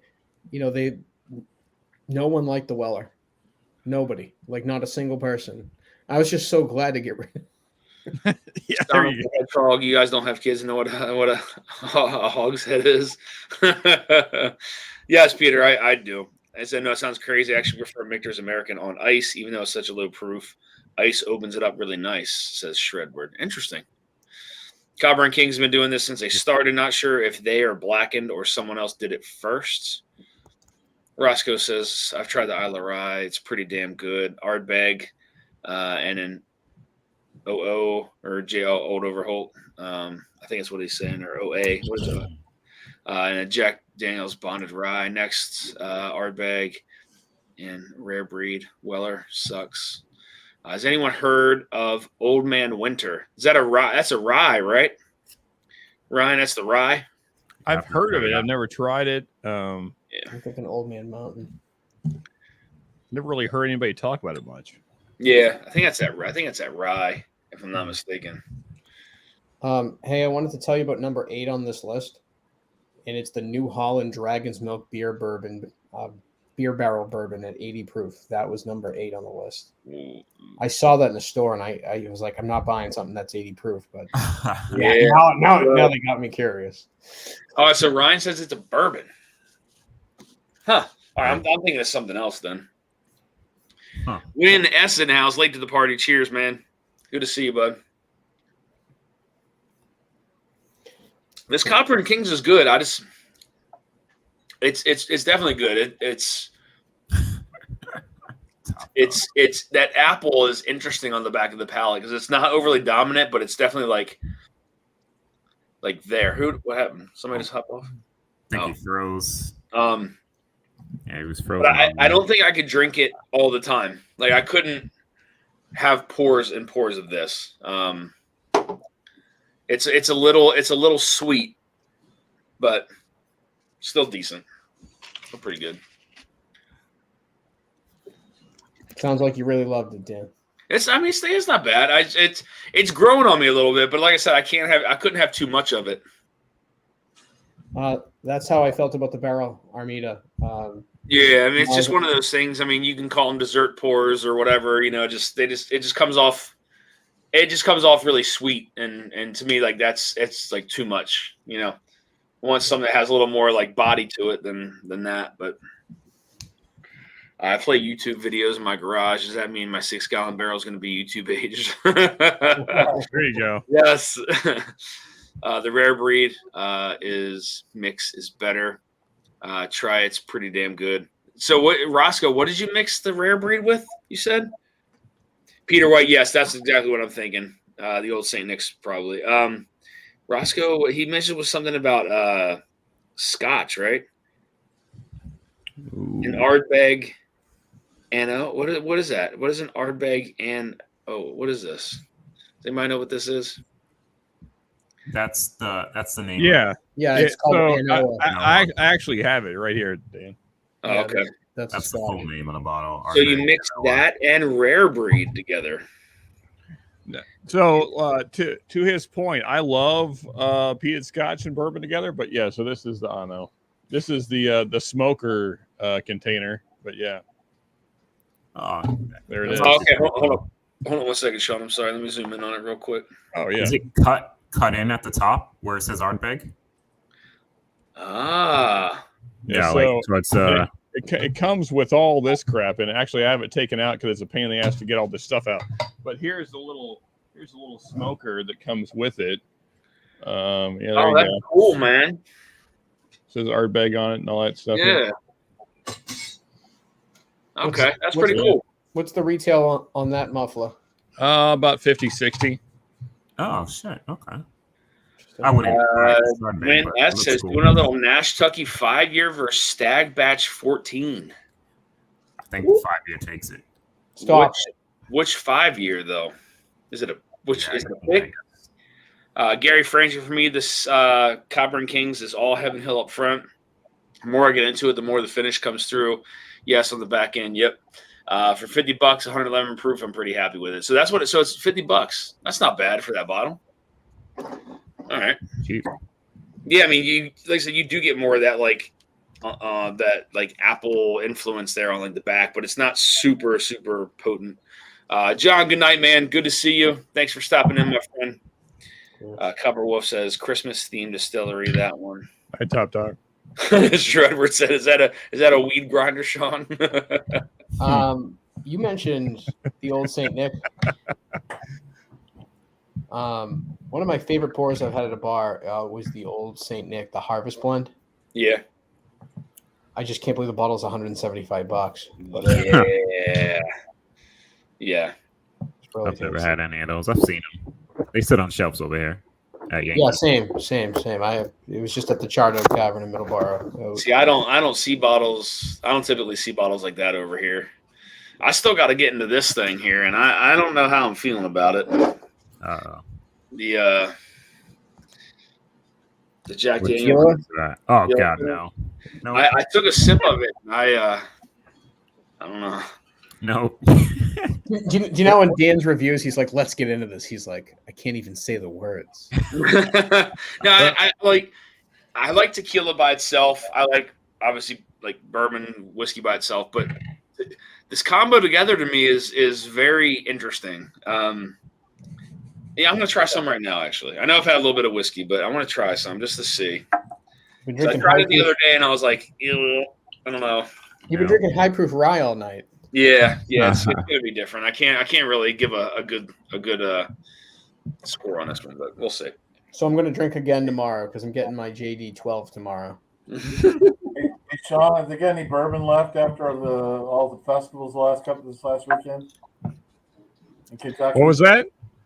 Is there any bourbon left in Kentucky after all the festivals this last weekend? Oh, I mean, there's never bourbon at a good price in Kentucky. So, yeah. I'll be down there this week, Tuesday through Friday. Okay. Darrell, you don't know what the National Barrel 1577 is, do you? Off the top of your head? 1577? Isn't that what you got, John? The boss's whatever? Oh, that the boss's birthday? I mean, I have that. I don't have it here though. I have it at my house. I don't know which one that is, but John, you have that bottle near you? Yeah. Talking to me? Yeah, what's the batch? Hold on. What the fuck is it? Right, let me try this damn tequila finish, man. I got the tequila on on the front end. I don't get it as much as I do on like the mid to back palate, but 125.7. Yeah, boss's birthday. 127.82.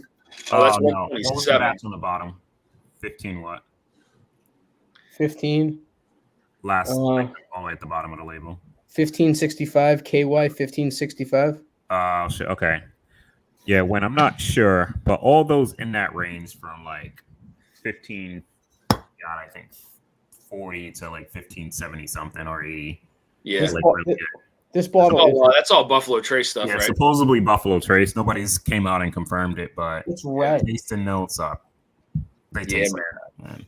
Like it's similar. It's not Stag, but Yeah, those Nash Tuggies are damn good, man. oh my god. Both of like the Lawrence Stash 2 and 3 are in my top 10. Both barrels for this year. Scott, what's up, man? What's going on, man? Really, really good stuff. What's up, Scott? Y'all were talking about Boss's birthday, and I thought, damn, I wanted to talk about my favorite bottle of the year. So Yeah, is that yours so far? so far, I Yeah. think. Nice. Have a good week, Dan. Have a good week, guys. Roger, see you, bud.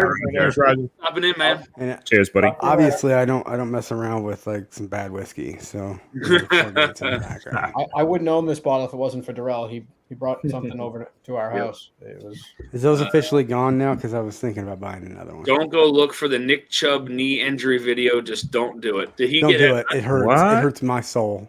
I'm going Really? He's hurt? Ooh. When did that It- happen? I guess it's tonight because he's Browns, right? Running back for the Browns, right? That's gonna make everybody go look it up. Yeah. Now I gotta. Yeah. What I feel like I don't want to do it. It makes I feel like we need to share that it makes live. Aaron Rodgers' injury look like a twisted Oh. ankle. Eric Gunderson, what's going on, man? I didn't see you in here earlier. Good to see you. Sorry, I missed you if you were in here earlier. All right. Oh, see, the nose is. The nose is weird, man. Serious knee What's injury. the proof? I just want to know, like, who is asking for this? Who is asking for tequila finished bourbons? Not I. I don't Are know. the same people who asked for the limoncello? Probably. Yeah, it's the same folks. I get the tequila like further away from the glass, further into it. It just smells like. It just smells like a whiskey, but like further away, you get more of that, like that. There's some like floral to it. Hey I Dan. mean, what's next? So will it be finished in like White Claw barrels, if that's even a thing? Or Oh yeah, there we go. Hey, Yahoo Sports says Nick Chubb carted off the field. Injury so bad, broadcasters refused to show the replay. No, Yep. really. It's got to be on Twitter. Somebody, it's gonna get. It's on the webs. It's on the webs. it's definitely on the webs. Yeah. Now I got to see it. Ah, shit. I was trying to YouTube it, but it shows like it's on live Twitter. play, but it's too quick for you to see what happened. Oh, I yeah. can't see it. It looks like it might get caught onto somebody as he's getting flipped. It's too quick. First Yeah, one to get a good clip of it should share it. Oh shit! Oh Mhm. yeah. I'm like, I don't need to see hitting it play and pause on my thing to like slow it down to catch it. But yeah, I see it now. I can't. Yeah, it's too hard to see. It said, it's bad when the replay wasn't shown to you and you hear his agony. Oh, God. It says career ending. Oh, wait, that's it. Do you see it? Oh God, it was a whole different play. Wait.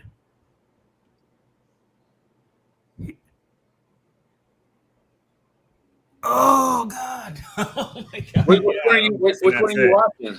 Share it. Share it, Drill. I Share can. the link. Hold on. If you want to zoom in on my phone, I can show you. No, Let's put the freak link out the up in the internet. chat. In Oh, the put the private link. comment. Shit. Well, I'm on my phone. I can't put it in the chat. Yeah. If you had a Mac and an iPhone. What are you on right now, Darrell? I'll just. I search looked on that. YouTube and I just put Nick Chubb injury, and it was the second one. It's 3 minutes and 4 seconds. Okay. Oh, actually, no, shit, that's not it. That's 6 years ago. But never mind. That was really bad too. Oh, yeah. That's That's when I just. a series of terrible injuries. Or Holy crap! Never mind. That wasn't it. But that was. Oh, shit. You probably seen the one I seen, which I thought was this one. Oh, God. I don't know. Hold on. Let me. Well, I don't. I see a still shot of it. Oh, God damn. Oh, it's bad. I don't know if you guys won't be able to see this, but Oh shit! That yeah, knee is not pointed in the right direction. oh man, yeah. That's what when I put it slow, it looked like it got caught under the guy, and he just flipped over. Oh, I got to be honest. I've had a knee injury like that. Sucks. Yeah. One more time, can we? I don't know how he came back from the one that I watched. That thing was ridiculous. It looked like. Look at his body, and then look at. God. Holy crap! That leg is the opposite. Okay, So damn, man. So things I hate about this world right now is that they won't replay someone getting hurt in football. Used to be able to drop kick people in football. Isn't that what You football guys is about? remember? Can I get a clarification though for David Bakhtiari? Was that grass? It should be grass.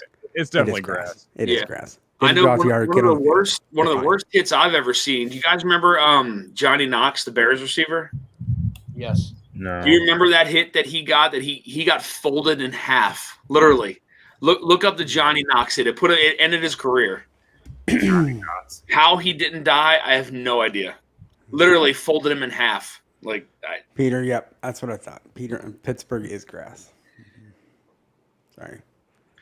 Johnny Knox neck injury. Well, yeah. 3rd and 6. Haney's pass. man. Oh Yeah, dude, he bent backwards all the way. I'm trying to find a good shot of the Chubb hit. No one is show. Oh, there we go. Here we go. Hey, Dan, if you don't mind, let's see here. Share. How can I do this? Yeah, let me know. Dude, that Johnny Knox thing is such a freak thing, though. Sean's gonna give you the first strike of the day. Yeah, the Johnny Knox hit was really bad, man. I remember watching that. Just watching him.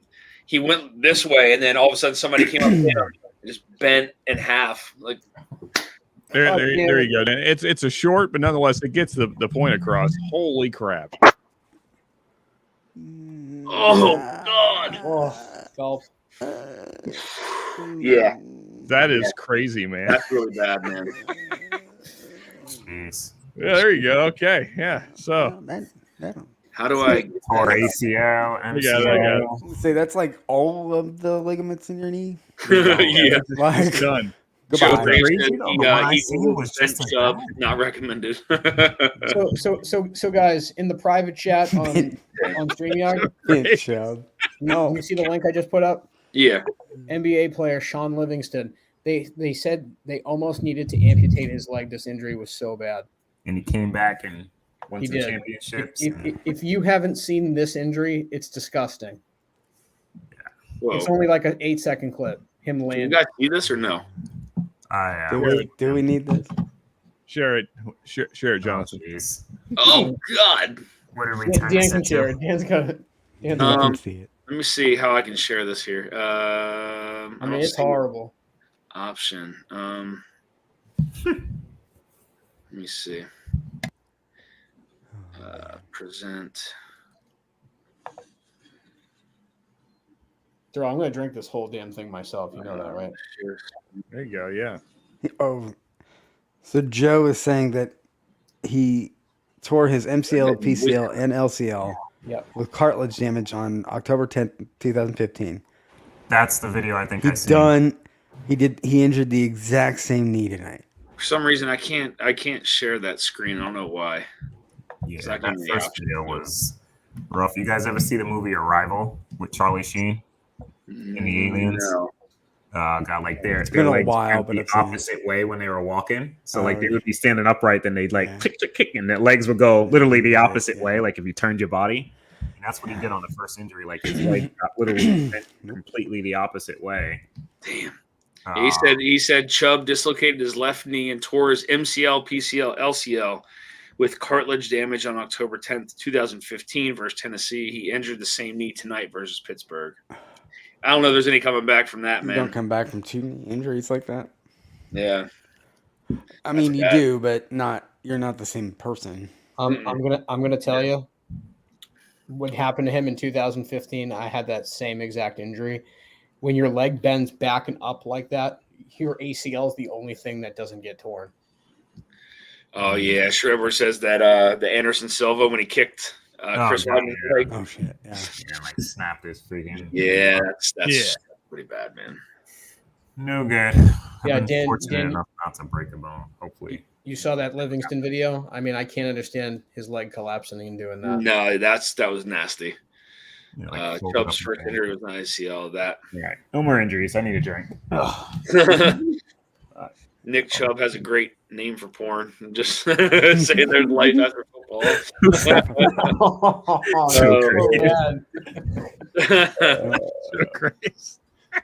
I don't think I can get into this tequila finish, man. I don't. Oh God, no. Hold on. What's yeah. worse? What's worse, the tequila finish JD or the hidden barn? Hidden age, excuse me. Hidden barn.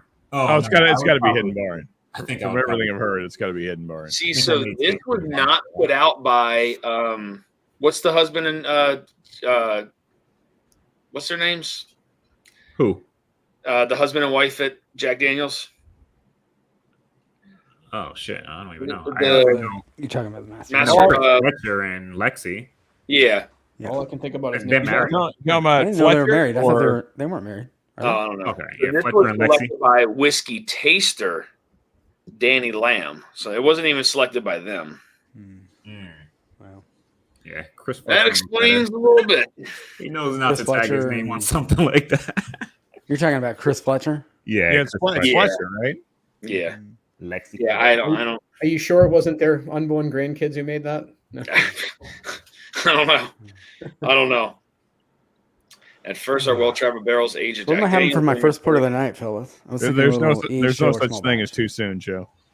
Ugh. Do the small What batch. did you say? Why not? Sorry, everyone. That is definitely too soon. It's either funny or it's Oh, not. man. That's all there is to it. The Sagamore tequila finish surprisingly was pretty decent. I've only tried that one time. I don't have a bottle of that, but I did try it. Probably my least favorite, but still good. Yeah, this on the other hand is interesting. I can't really get into it, man. To be honest with you, Jarrell, what do you got? Irene's pick of yeah, I can't. her first ECBP pick. I mean, Is that recent? This was from a year and a half ago, but I picked it up 2 weeks ago during Oh, her charity man. event. She pulled it back out. there you go. She had a couple like bottles put away because it sold out so quick. What's the age and proof? 10-year, 133.6. Oh, I've never seen a 10-year store pick. I 136. got a couple. Yankee did one. Yeah, and I tried the. That was a Tennessee taster, I assume, right? Which one? The one you just had, the tequila. Is that one of the Tennessee Tasters? Or is that just the This isn't sample? a Tennessee Taster. It's a distillery series, but it's like the Well, same. that's their name. Yeah, the same They size change bottle. their name, whatever. I had the red wine finish one. I don't know if that was last year or a couple years ago. They did a red wine finish? It was. They must have used some really good box wine. Because it was not great. Having the Sagamore Sherry finish right now. I love it. Some poured good some old items fashioned up there. Franzia wine. Almost grabbed it. I gotta drink something here. What are we gonna drink? Let's see. I'm gonna do E.H. Taylor. Why don't we do that? I don't think I have any E.H. Taylor here. I mean, E.H. Taylor small batch is like my favorite small batch. That's what I'm drinking right now. I don't have any more of that. You're giving a single barrel away on Wednesday. Yeah. If anybody That's, wants wood? that's right. Next Wednesday, right, Darrell? No, this is tomorrow. What is? He's Wait, giving no. away to- He's just Shit, giving today's it Monday. away. This Wednesday. Okay. No, because we're doing our 1 year, 1 year channel anniversary. So we got putting up some good bottles, samples, prizes, probably like a dozen or so prizes. Sweet, man. I will be there. But you're. I'm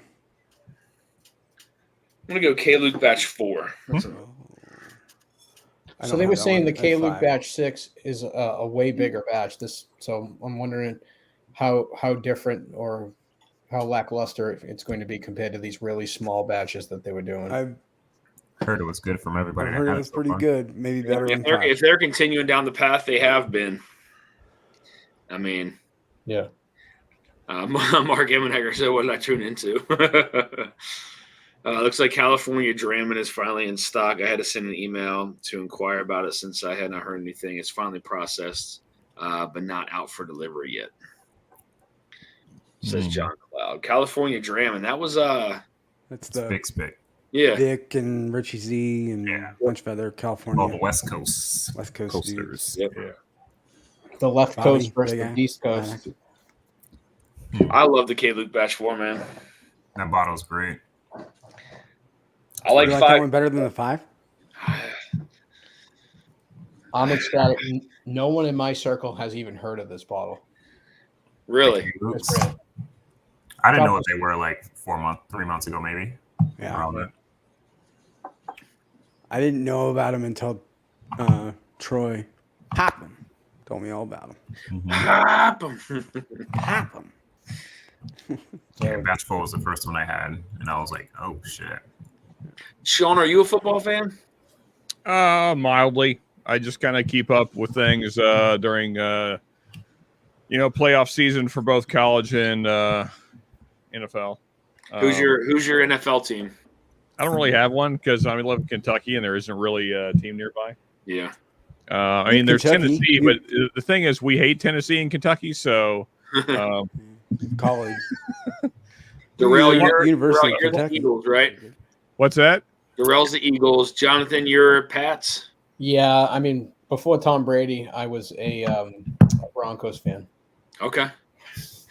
You should have been a Broncos fan after Tom Brady, but anyway. You know what? You know who I do dislike so much is anyone with the last name Manning. So no.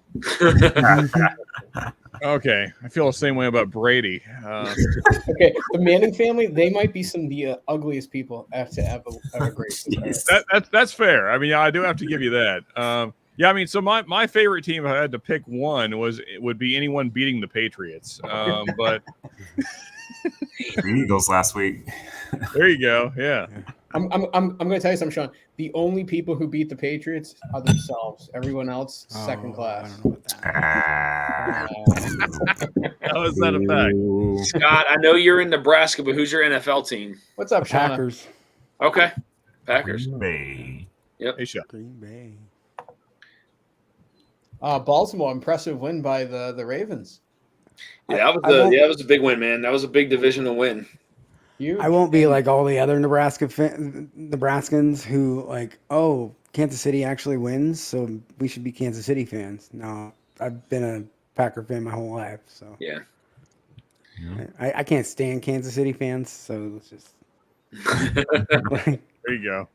well, because they all started being Kansas City fans in about 2016. Like it's not. Yeah. He's a I'm fan of interested. that. Anybody who's in chat, let me know who your football team is. I'm curious. I know Saucy Shane says the Titans. Interesting. Already talked I about mean, that. so who like who out there? My buddy just sent me a message that said Chubb with like throwing up emojis. Oh yeah. Did he throw you a bunch of chub emojis? That's not cool. Chubbs emojis? Don't Yeah. be doing that. it's getting weird. When S looks like a Titans fan as well. There you go. Gunderson. Let's talk about the Titans for a second. Someone Google Ryan Tannehill's wife. She's a smoke show. Oh yeah. That's Titans breaking news. John, you looked up that Johnny Knox hit, right? Me? Yeah. You saw that? Yeah. It was disgusting. That's bad. Just don't Google Patrick Mahomes' wife. Oh God. Oh. Yeah, she doesn't look that bad when she has makeup, but when you watch that show quarterback, When she boy, has, yeah, I love the caveat. When she has makeup, That tequila bad. finished No, whiskey but ain't like, that bad. That's what you it's- just said. it's night and day what the makeup. have you seen the makeup transformations on TikTok? Like, I mean, just Oh, my horrid God. looking people, and then they put a ton of makeup on, and they're like, "Oh, okay, this person's attractive now." So you can do a lot with makeup. So that's not a great compliment, Terrell. I just want to point out. You put enough makeup on anything, it's not too bad. Wow. Yeah. That's Wow. rough. That's back in the day. Baltimore Charm. Farm City, What's up, Tater? Joe Graves. Gunderson. Tater Doms, Cowboys fan. Mm-mm. Peter B, Steelers fan. So Jerry Black and Peter B are both Steelers fans. Can we talk about the Giants comeback last night? Yeah, same with the Redskins, man. The Redskins came back. I thought they were going to get blown out. Dude, the Redskins have such a talented team. Oh my god. That offensive line's got to I get don't it together. think though, Don man. is he saying hi to the Cowboy, aka Sean? I don't think he's a Cowboys fan. Yeah, I don't think Tater's a Cowboy fan. I think he's just talking to me. Oh, okay. Maybe he's a Cowboy fan, not Here's a Cowboy. Tater. Yeah, I feel bad for the Cowboys fans though, in them being eliminated from the playoffs already. That's just too bad. I mean, Dak Joe Prescott Graves says is Redskins, unimpressive. Dan, you're canceled. No, Hey, goodness. Saquon Barkley's going to miss 3 weeks for the Giants. Oh, really? Yeah, he hurt his ankle. Oh, ankle, knee, yeah, something like that. Yeah. They were playing at New York, right? I don't know actually. They say that field's cursed, man. Huge comeback. I think they're at home. Go Eagles. That's all I gotta say. Go Eagles. You don't go fly, Eagles fly. You're not a fan. Yeah, Come on. I'm not over there. I say it when I'm there. Go, All right. go Pack, go, go Pack, go. They should have won yesterday. Yeah. That was That game, this Steelers game's still going on, right? I can hear it. Well, There's Yeah. 2 Monday Night Football games going on tonight. That Yeah, you got is really throwing me off. New Orleans and Carolina. I no, can that's the one see, I was put it on my 20 TV. to 17 Pittsburgh's winning right now? It's hard to see. I gotta check my fantasy team. Oh, damn, he just missed an interception. Browns became the Baltimore Browns. I stopped watching pro football. Oh, somebody's trying to hop on here. Name of my fantasy league: the League of Extraordinary Genitals. Oh, shit. Swear to God. 20 to 17 with a minute left in the Carolina game. I don't know, man. I don't know if there's anybody there. I'm getting my ass. Steelers kicked games in at fantasy. halftime. What am I watching then? Anybody's there. Dude, the Steelers defense has got 27 points. Gross. I'm fucked. All right. Who's supposed to be popping in right here? I don't know. Z-Man, but I don't see He him. has camera issues sometimes. He He fell uses asleep. mobile, so you may need to dip him and you need to reset. See if he can come back on here. Yeah, Um, reset Z-Man, come back on. Darrell, that limited 4 roses, man, that's so much better than last year's batch. You grabbed what, the 16 or It the was- 125th? It was the 16. They wouldn't Okay. sell the 120. I'm just saying, I bought tried that one 21s. good. The finish on this is absolutely insane. Which one is that? Yeah, he stole all the good bottles yesterday. Hater. Sounds like an Eagles fan. Mm-hmm. That bottle cost him like freaking, what was it, $150 or something? Yeah, it was $120? a little less than that, like 138 or I don't know. For almost a half a bottle of Well, there's a LE. bunch of cork in here I got to filter out. Relax. It's Dude, like, it's great. The man. Promise of Hope would, like, it had probably a little two-thirds. more than a half a bottle. Yeah. And that bottle on secondaries, it was going for $1,300 a year ago. Yeah. And I could have got it for $150 out the door with tax. Oh my But it was the god. last one they had. Any of them that they have duplicates, which most of them they do, like that in that case, you can just buy what they have left at the stupid prices that they have, which are cheap for most of them. Duro, we were talking about this earlier. You know, Dan wants some Yeah, of we that. caught So up, Mark. what we got to do is just bring a 2-ounce sampler and have him Bring fill some that. $8 and fill it up. Just pay for 2 ounces. Drunk. I know, right? Just pour it. Oh yeah, man. Yeah, that'd Dude, be Promise amazing. it was $25 for 2 ounces. $12.50 an ounce for a $1,400 valuation bottle. Yeah. So Sean, you talking about 50 bottles open, okay? I like food more than I like whiskey. Okay. Now I love whiskey. I fucking love food. When we were out to eat, I actually had 2 entrees. So, bud. There you go. I hear you, man. What's up, Z-Man? We were there for what? We were there I for also really like food. I just spend way too much of the money I make on whiskey. So, Priority. I'm gonna eat myself out of house and home. You know what I'm saying? What do you have? yeah, for sure. I'm with you guys, man. I'm a huge foodie. With eggs at $9 a freaking dozen, like, I mean, it's not gonna take much. to eat stuff out. No. I ate the lasagna. I'm good. So Dan, last week we were talking about your leg workouts. We were messing with Jay on Instagram. He was talking about his calves look like Coke bottles. I asked him if he was up for the Pepsi challenge. He's like, Yeah. get out of here. Dude, my legs are pretty crazy, man. Got to take caloric, for a Dusty Dan workout. Oh yeah. He wouldn't last 10 minutes. Yeah. I mean, I got. Let me see. Hold on. Yeah. I mean, I don't do leg workouts in the gym. I have better results from doing it at home, and I sent Adam Shelton my leg workout that I do, and I alternate it every 8 to 10 weeks. Because after that, muscle memory starts to kick in and all this kind of stuff. But yeah, so I don't do any kind of leg presses, any raises, like quad raises or anything like that. Like I don't do any of that in the gym. Are you just jumping around? Yeah, so I'll run stadium bleachers. I'll do lunges. I'll do mountain climbers. I'll do flutter kicks with ankle weights on. I'll do like sumo squats with barbells. Yeah, I mean that's basically the stuff that I do. I don't do any kind of presses or anything like that. Do some calf raises time to time every now and again. You struck a nerve with me when you said running up stadium bleachers. Yeah, I do stadium. Yeah, stadium bleachers. Before Gillette Stadium existed, was just shit Foxborough Stadium, and I was running up and downstairs with a hot box for Papa Gino's Pizza. Man, that was the best shape my legs ever were.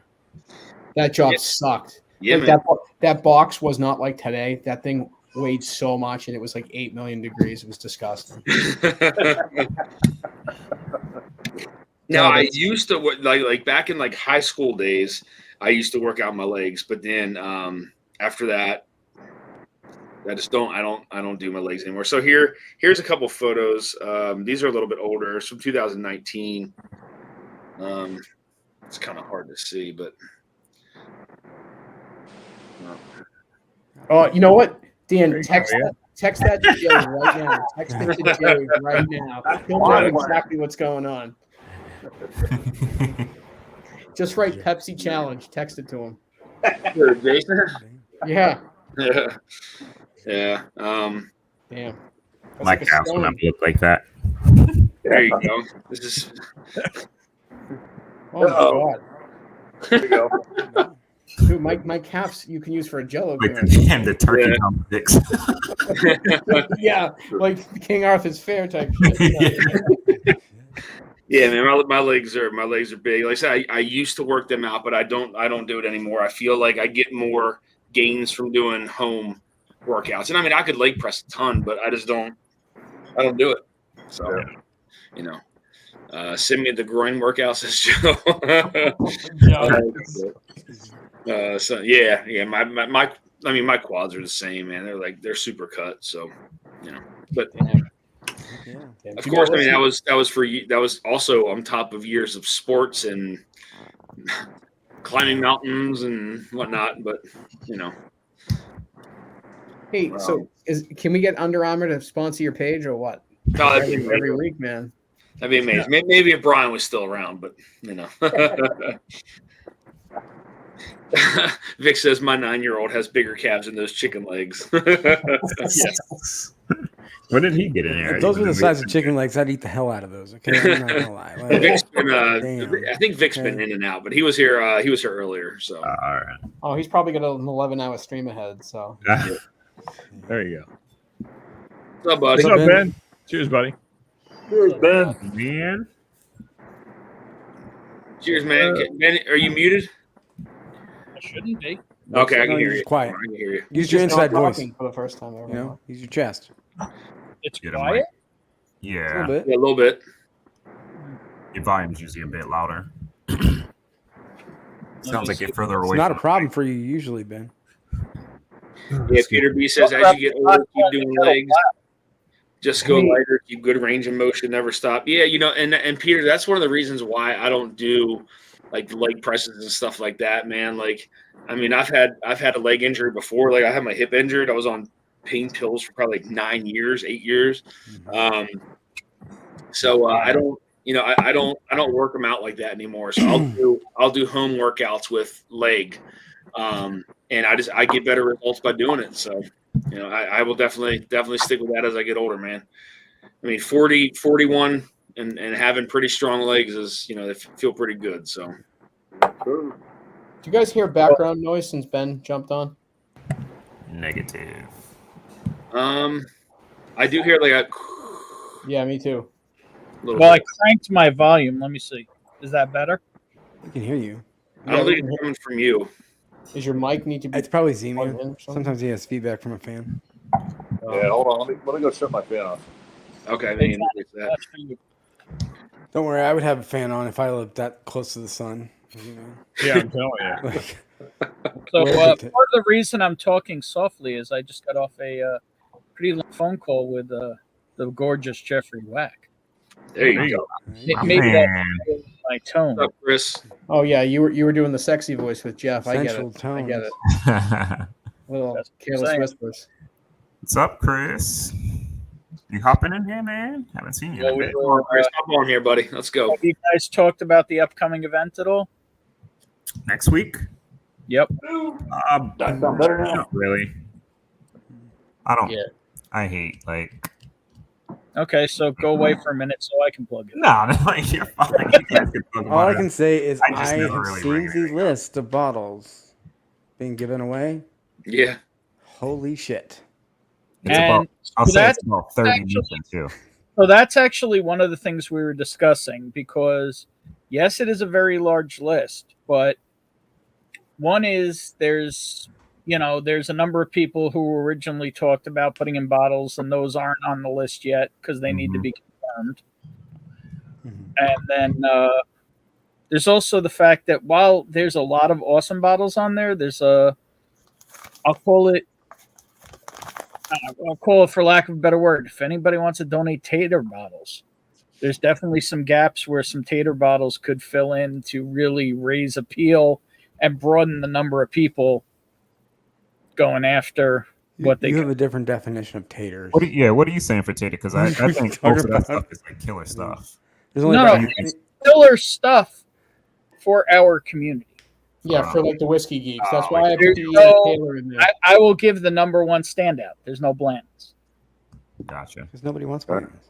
You're completely wrong, Scott. There's a lot of people who want Bland's, unfortunately, Scott. I don't know who these people are, but there's a lot of them. Well, We're all- trying to they're all- appeal I can- and the core 50 people who are here all the time. I can swap out that E.H. Taylor small batch for that. No, you don't got to swap nothing. There's a lot of people still that want to give that haven't given. We're just discussing ideas and Imagine if your live stream said a lot of hitters. Ben, imagine if the live stream said we're giving away 25 Blantons tonight. You could say anybody could say whatever they want. That would bring in. There would be people coming in from near and far, names we never seen or heard of before in our life. Yeah, guys, I actually think this is an important thing to try to. Shit, how are you, buddy?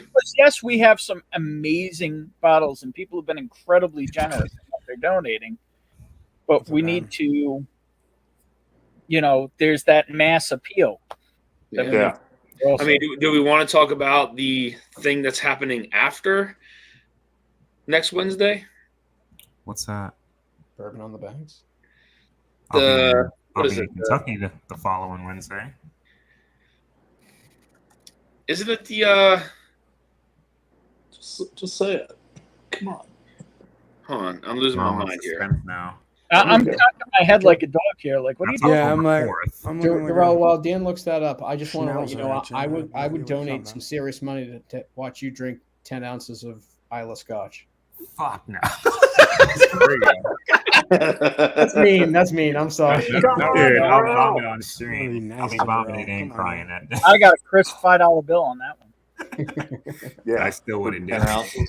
Really? I got to be honest. If we need to do another charity live stream, it should be punishment based. I like it. No, Isla. No, you know what, man? It's this dude is our dude, and he's probably one of the best people you'll ever meet. So, For sure. hell no. He's going through enough punishment as it is.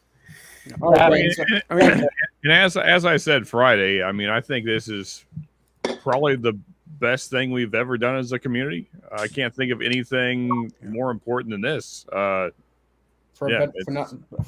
a better person. Like maybe this conversation is better off camera, but Well, it's okay because people. I just feel like sometimes I could donate bottles, but like I feel like the money would go further. Yeah. Right. Right. But that's Right. where if you're gonna because we have such crazy bottles already, Yeah. if people still want to give Right. bottles, because there are a lot of people who have bottles and maybe don't have surplus funds right now. Right. They've bought a shitload of bottles. I don't know anybody like Yeah. that at all. Anyway, I'm one of those people. Who are we That was true, but I was just reaching like- out to donate the bottles? there is a form that Jeffrey put out. I can send that to you, or Yeah. He's in chat. Somebody just asked about it. Yeah. And, so you can throw the donation we're link. talking about trying to Jeffrey, yeah, no punishing Darrell with scotch. That's my job. I think I have. We may be I mean, all joking aside, something I'm probably putting in is some scotch to broaden again the appeal window. This lot of Scotch drink is within this community anyway. Right. So it may, like, we have incredible hitter bottles in there, and there's a ton of bottles. But now it's what kind of discussing is what can we do to broaden the appeal? When is that? Is that list going to be made That is available? September 27th.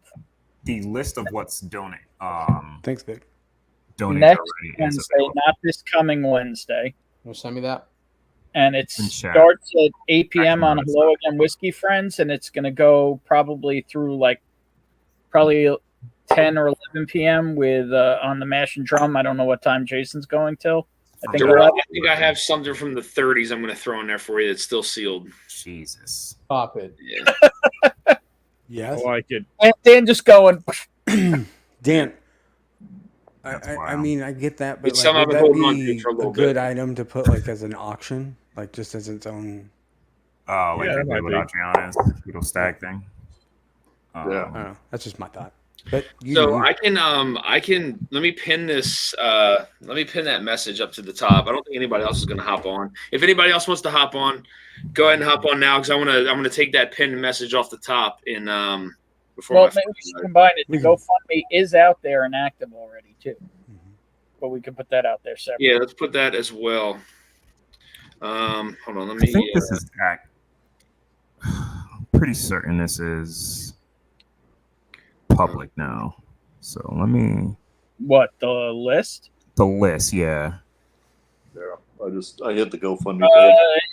It's public, but it's not necessarily up to total date. It should be. Jeff did this. Well, no, it's there. So I will say this. We could talk about that off stream. Well, there's about 30 bottles that I haven't inputted on there yet from a buddy. You're putting in 30? Not me. A buddy of mine that's local gathered about 25 to 30 bottles that aren't on there yet. So it's probably north of 80 bottles. And that's a lot. I'm guessing a bunch of that's Taterade. Yeah, Four Roses and yeah. All right, so I pinned the message for the donation form for the bottles. What did he send? With this bottle, though, however, I'd prefer just to ship it to whoever wins. Have it go through multiple hands. So yeah, for sure. Well, no, but what, Dan? I'll talk to you about it off stream too. It might be. We're talking about it, me and Jeff, about maybe ways we could use things like that to raise extra if need be. But yeah, so this is a major fundraising stream for Darrell Cover Your Ears. Chris, want to post the GoFundMe. I said Darrell, cover your ears. Oh. It's fine, man. I'm for the freaking one of the most generous pillars of our community who needs got your back, Darrell. Who's fighting off a pretty horrible thing right now and needs our help. We got to get his back the way he's had all of ours for years. Oh, sure, man. Cancer sucks, folks. Yeah, especially when it's a child. Yeah, that just multiplies it by like a level we can't even. All right, that's enough for me, or else I'm going to start crying. Yeah, I hear you. I'm don't do it. I was going to offer. Shit, my bad. Jonathan, are you? I think Shauna Marie D lives up by you somewhere. Yeah, we're actually going to try to meet up either at the end of the month or in October. I'm going to be up in like the Woburn Andover area for a conference. So nice, man. Yeah, try to get some people together, see if Darrell and a couple of the other Mass and New Hampshire people want to, mess up a hotel lobby. I used to ski up there years ago. My name is Zainab Issa, and Sorry about that. I love skiing up in the Northeast, man. That's how you got those. You got those calves, man. Yeah. Yeah. Part of it was probably from skiing, I'm sure. But Amy, what's going on? Good to see you. Amy Boom. What bottle is that? It's actually Jeff's blend. We blended these in Kentucky. Oh wait, yeah. Oh, wait. Where's Hold it up, Darrell. It's Wenzo, Covington. Yeah. That's Kentucky, right? Yep. Yeah. We each did our own blend when we were out there and bought a case each. We kept one, then gave away like the others to like Patreon and stuff like that. But it's a really cool experience. I think we may be doing it the first day we get to Kentucky. Weeks. But it's super fun, man, and they let you buy whatever you want, 375s or 750s. So are they tied to J. Henry?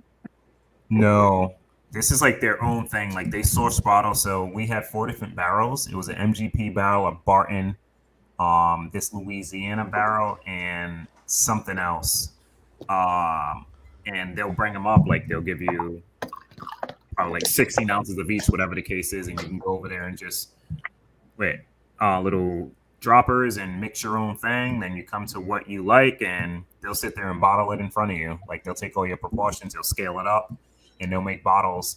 And the whole experience, like when we went, it was free. like if we didn't choose to buy bottles, like we literally got to blend and sample and literally walk out of there. So me and Jeff was like, how are they making money if it's always free? But the plan was to go back and probably blend something up again and bottle maybe 375s again for like giveaways because it's cool. And I think they're like $40 a piece or something like that, $30, relatively cheap. But the experience is really fun as a group. It was that's definitely not Jay Henry. Not Jay Henry. Jay Mattingly is what I was saying. Jay Mattingly, no. But they do have an MGP barrel that they offer, so it was cool. Darrell, are you connected to the USO at all? Yes. I know I'm always in the USO when I'm flying. Like I'm going there and just hang out. More for what's going on. The VA. Oh, like I haven't reached out to the USO in regards to anything, but like I know I have access to them, the VA, and all that good stuff. Although I don't use the VA, I used them once, and I was like waiting forever and this and that, and it was kind of a shit show. So I just go to regular hospitals, and I don't even use them, unfortunately. Okay. I mean, with what you got going on, time is everything, right? Yeah. Well, it wasn't with this. It was because it's only for me. I wouldn't be able to use it for my kid. Gotcha. Yeah. Do that, man. Definitely. Well, big weeks ahead. Oh, Nick Proman, man. I didn't say hi to you, buddy. How are you? Good to see you. I think I saw you in chat earlier, too. Rick Noman's here? Rick Noman. Yeah. Is Adriana here, too? Jeffrey Wack. I didn't Adriana. properly say hello to Jeffrey Wack. Hello again, Jeffrey Wack. Hello again, Jeffrey Wack. Good to see you, my friend. Get to see that guy in a couple weeks. Get to see Sean in a couple weeks for the first time. Yeah, man. Excited about that, man. You're one of the very few that I haven't met. Like, I'll see Stacy, yourself, and like Chris and Lil, but everybody else I think that's going to be there. I met. Is that so? Darrell, is there anybody that you haven't met yet?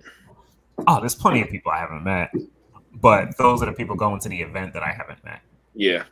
Like I haven't met Scott, Z-Man. I met you, obviously. Slept in the same room together. Oh, so you're not the only one, huh? Hey, that was a rumor until you just confirmed it, okay?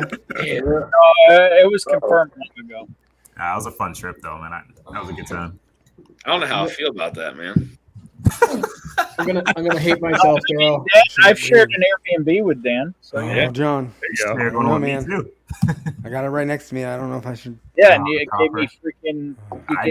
I can't do it. No, I'm sorry. Yeah, so I just confirmed with Lil this afternoon. I will be sleeping at their Airbnb after the tailgate, September 30th, and then also at their Airbnb October 7th after Bourbon on the Bank. So I plan on drinking some whiskey at both events. Nice. Because I'm not driving anywhere. Yeah, Vic's going to be with them too. Yeah. We'll send pics like you did last year, man. That shit was cool. Yeah, probably lots of pics of me passed out.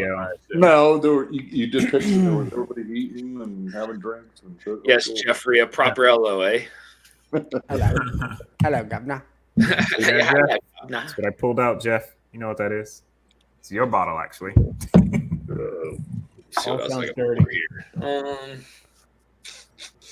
smells different than I remember, in a good way. So, Darrell, let's just talk about a dry week. Oh God, dude, it's so hard. I know, man. It would have to be 6 days. I can't do a Wednesday, obviously, but 6 days is still pushing. I was supposed to be dry today, then Dusty gets on, and I'm like, ah, shit. I hear a pretty good chance I'm gonna have to be dry for 6 weeks coming up here.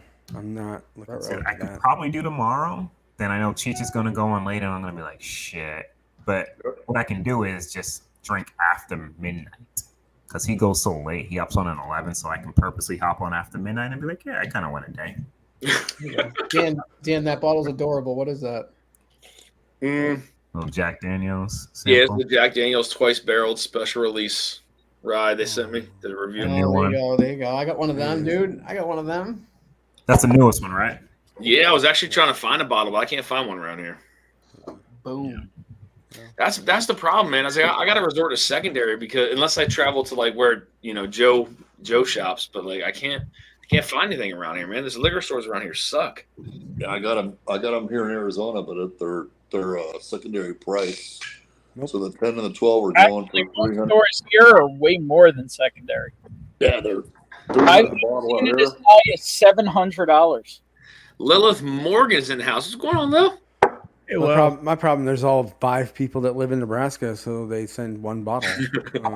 Oh, fuck. One Peter bottle. B says, I got One bottle, and Jim always gets it. Fucking Jim. starting Friday, kind of like Sober October. Damn. Sober October. What is this dry sober thing going on here? Sober October? Sober October, huh? I don't know, That man. ain't happening. Sounds like a terrible idea since that's my birth month. That's not going to happen. I mean, you just got to do no drink November, Sean. That's all. Yeah, that's what. probably not that's doing my that either. problem. From Well, my Darrell was talking about trying to do a dry week. Is that just a check-in? We were chatting about that yesterday. Yeah, like I don't think I drink in excess, but like I would like to do a week. It just makes it so hard. Like I would have to not be on YouTube because I hop on everybody's channel and I'm like, it's so hard to not drink while you're on. It the only stream. feels right to drink a little bit.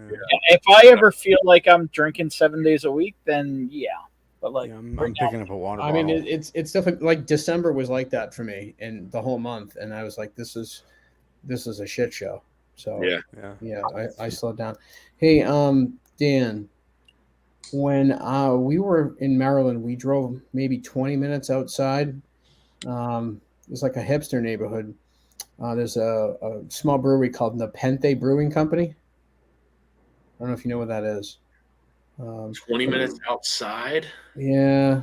Trying to see where this is. It's in Baltimore. It's just like it's not Canton, is it? No, it's like it's north west of Johns Hopkins, maybe. Okay. Johns Hopkins. Even that area is horrible, man. Right around Johns Hopkins is horrible. No, north and west was like Roosevelt Park. That's like all hipsterville, man. Like, trust me, that's hipsterville Arts District type stuff. There is a place called the Wine Source. It's basically a small market grocery store, but they have bourbon and whiskey. Darrell, I had called you and asked you when I was there about some good price bottles. They had a great selection there. You said a grocery store? Yeah, so Baltimore on Sundays the liquor stores are closed, but if you're part of a bar or like a small grocery type shop, you can have a license to sell on Sundays. So that's where we're hitting up all those places. Like wine shops and hipster places, those places are great to find bottles. Yep. For sure. It's called the Wine Source. They had an aisle and a half of bourbon and rye. I thought it was great. Huh. But what'd you buy? I got stuff for other people. Yeah. Just, What'd you buy? redwood cask, stuff like that. I like. Peter B says I got hip surgery first week in October. Can't drink for almost 2 weeks prior and a few weeks after. Yeah. So I guess Peter, you're gonna be up on painkillers, I imagine, huh? Yeah.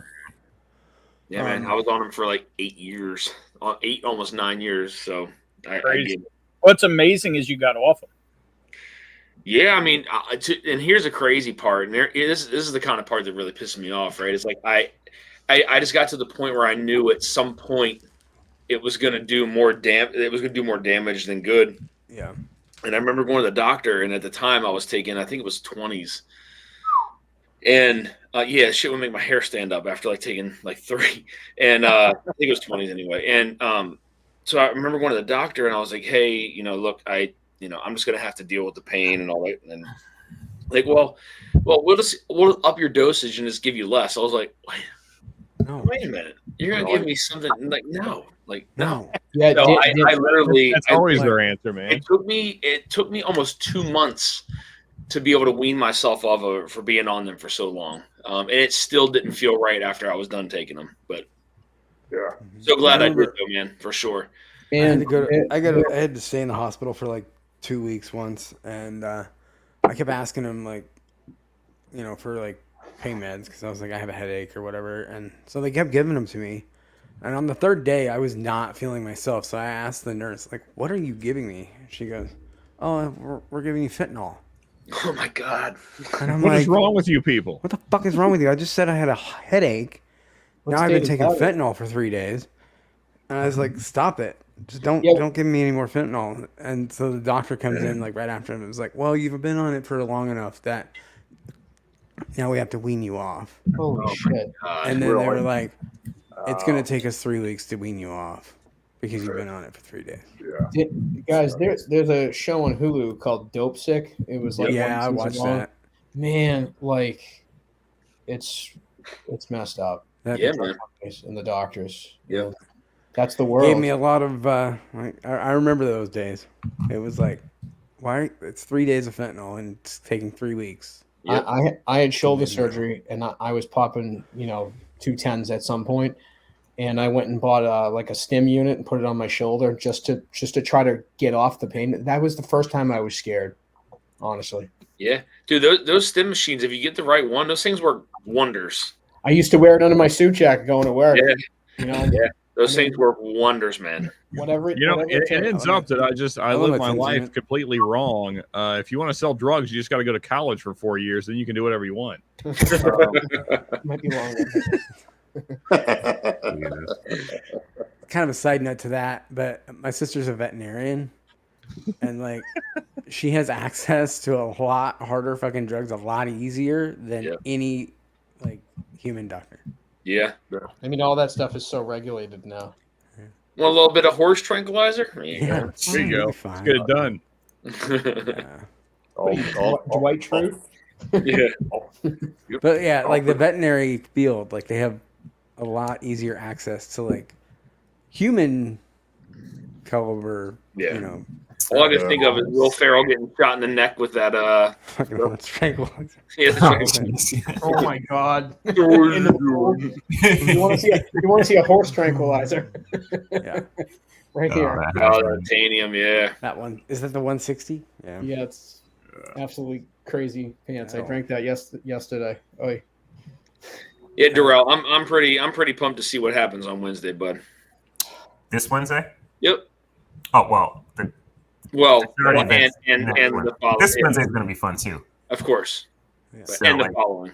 Yeah, for this Wednesday for the yearly, like we decided to send each other 3 samples. So we each chose a category. Mine was like world, so you can use anything outside of just bourbon.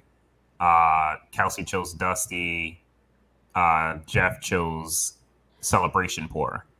So we're sending each other 3 blind samples each. So it's going to be a 9 freaking sample flight, but we're going to probably pour like half.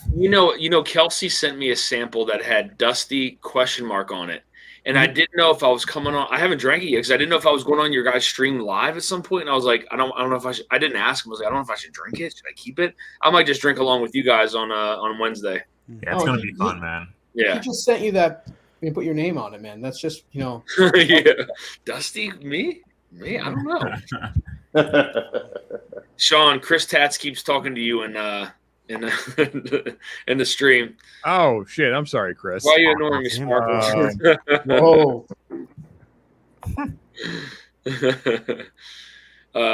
Peter B says I plan on a quick recovery, few possible painkillers, my motivation. And it's crazy how different drugs make people react differently. For me, like painkillers got me very up and just hard charging. Like I don't know why. That's just what they did to me. So like I said when I was taking them, they would literally make like my hair stand up. Like I was just so like wired. It was crazy. Yeah.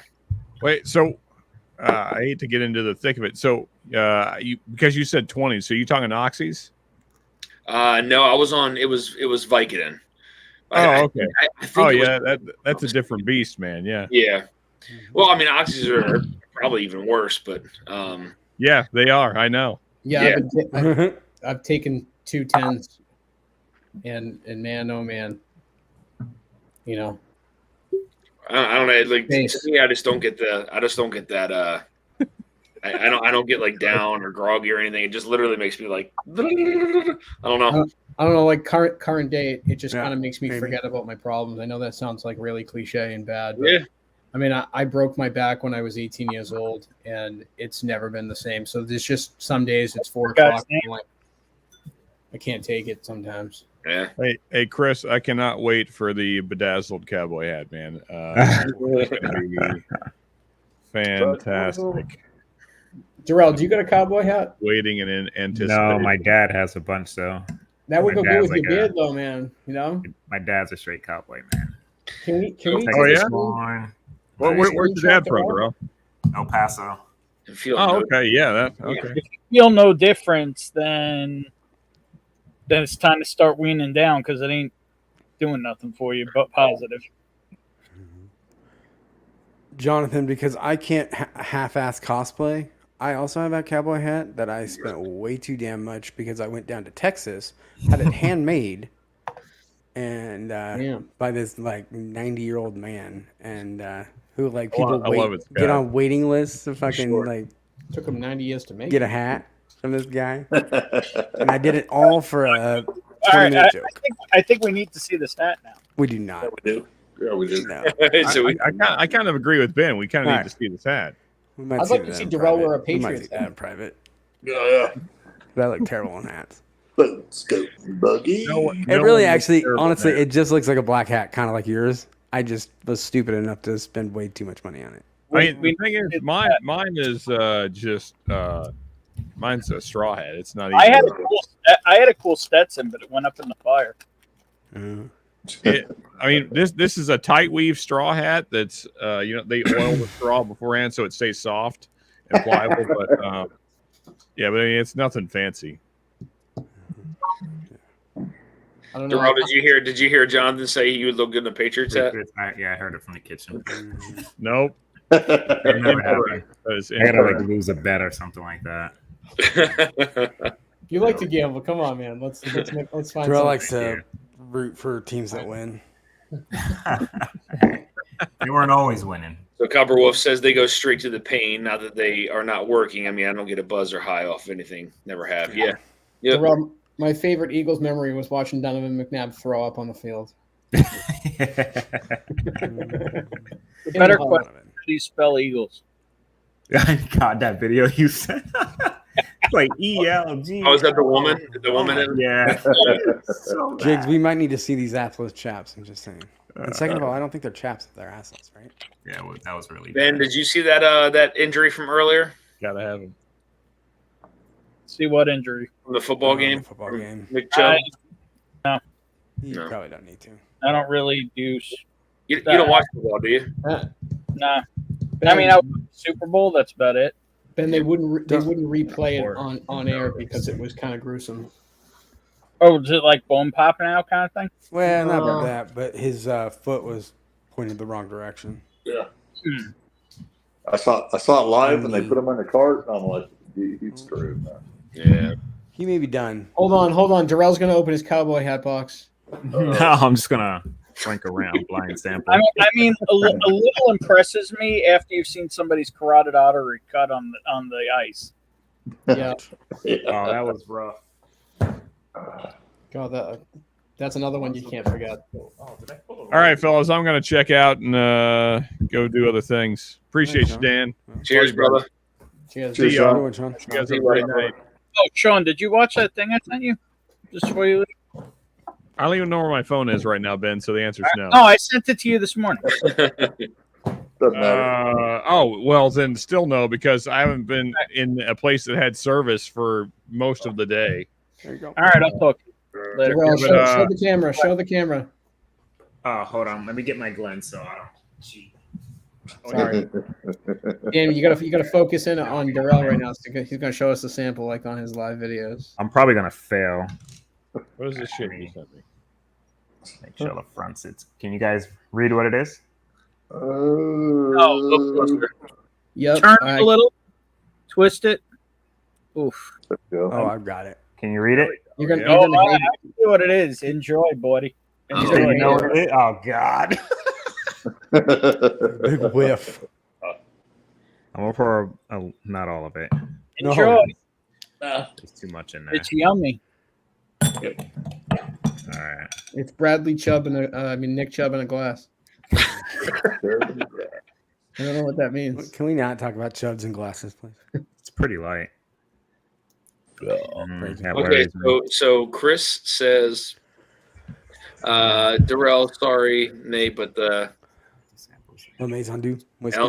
yeah, All right, I watched it, Ben. Cheers, buddy. There's half the samples there. Cheers, You get some pre-fired Oh, that's JW Dan. fine, dude. Like, I'm more than happy to taste whatever. Like, yeah. Even if you didn't have a bottle there, man, we're good. Some of that old JW Dan's good, man.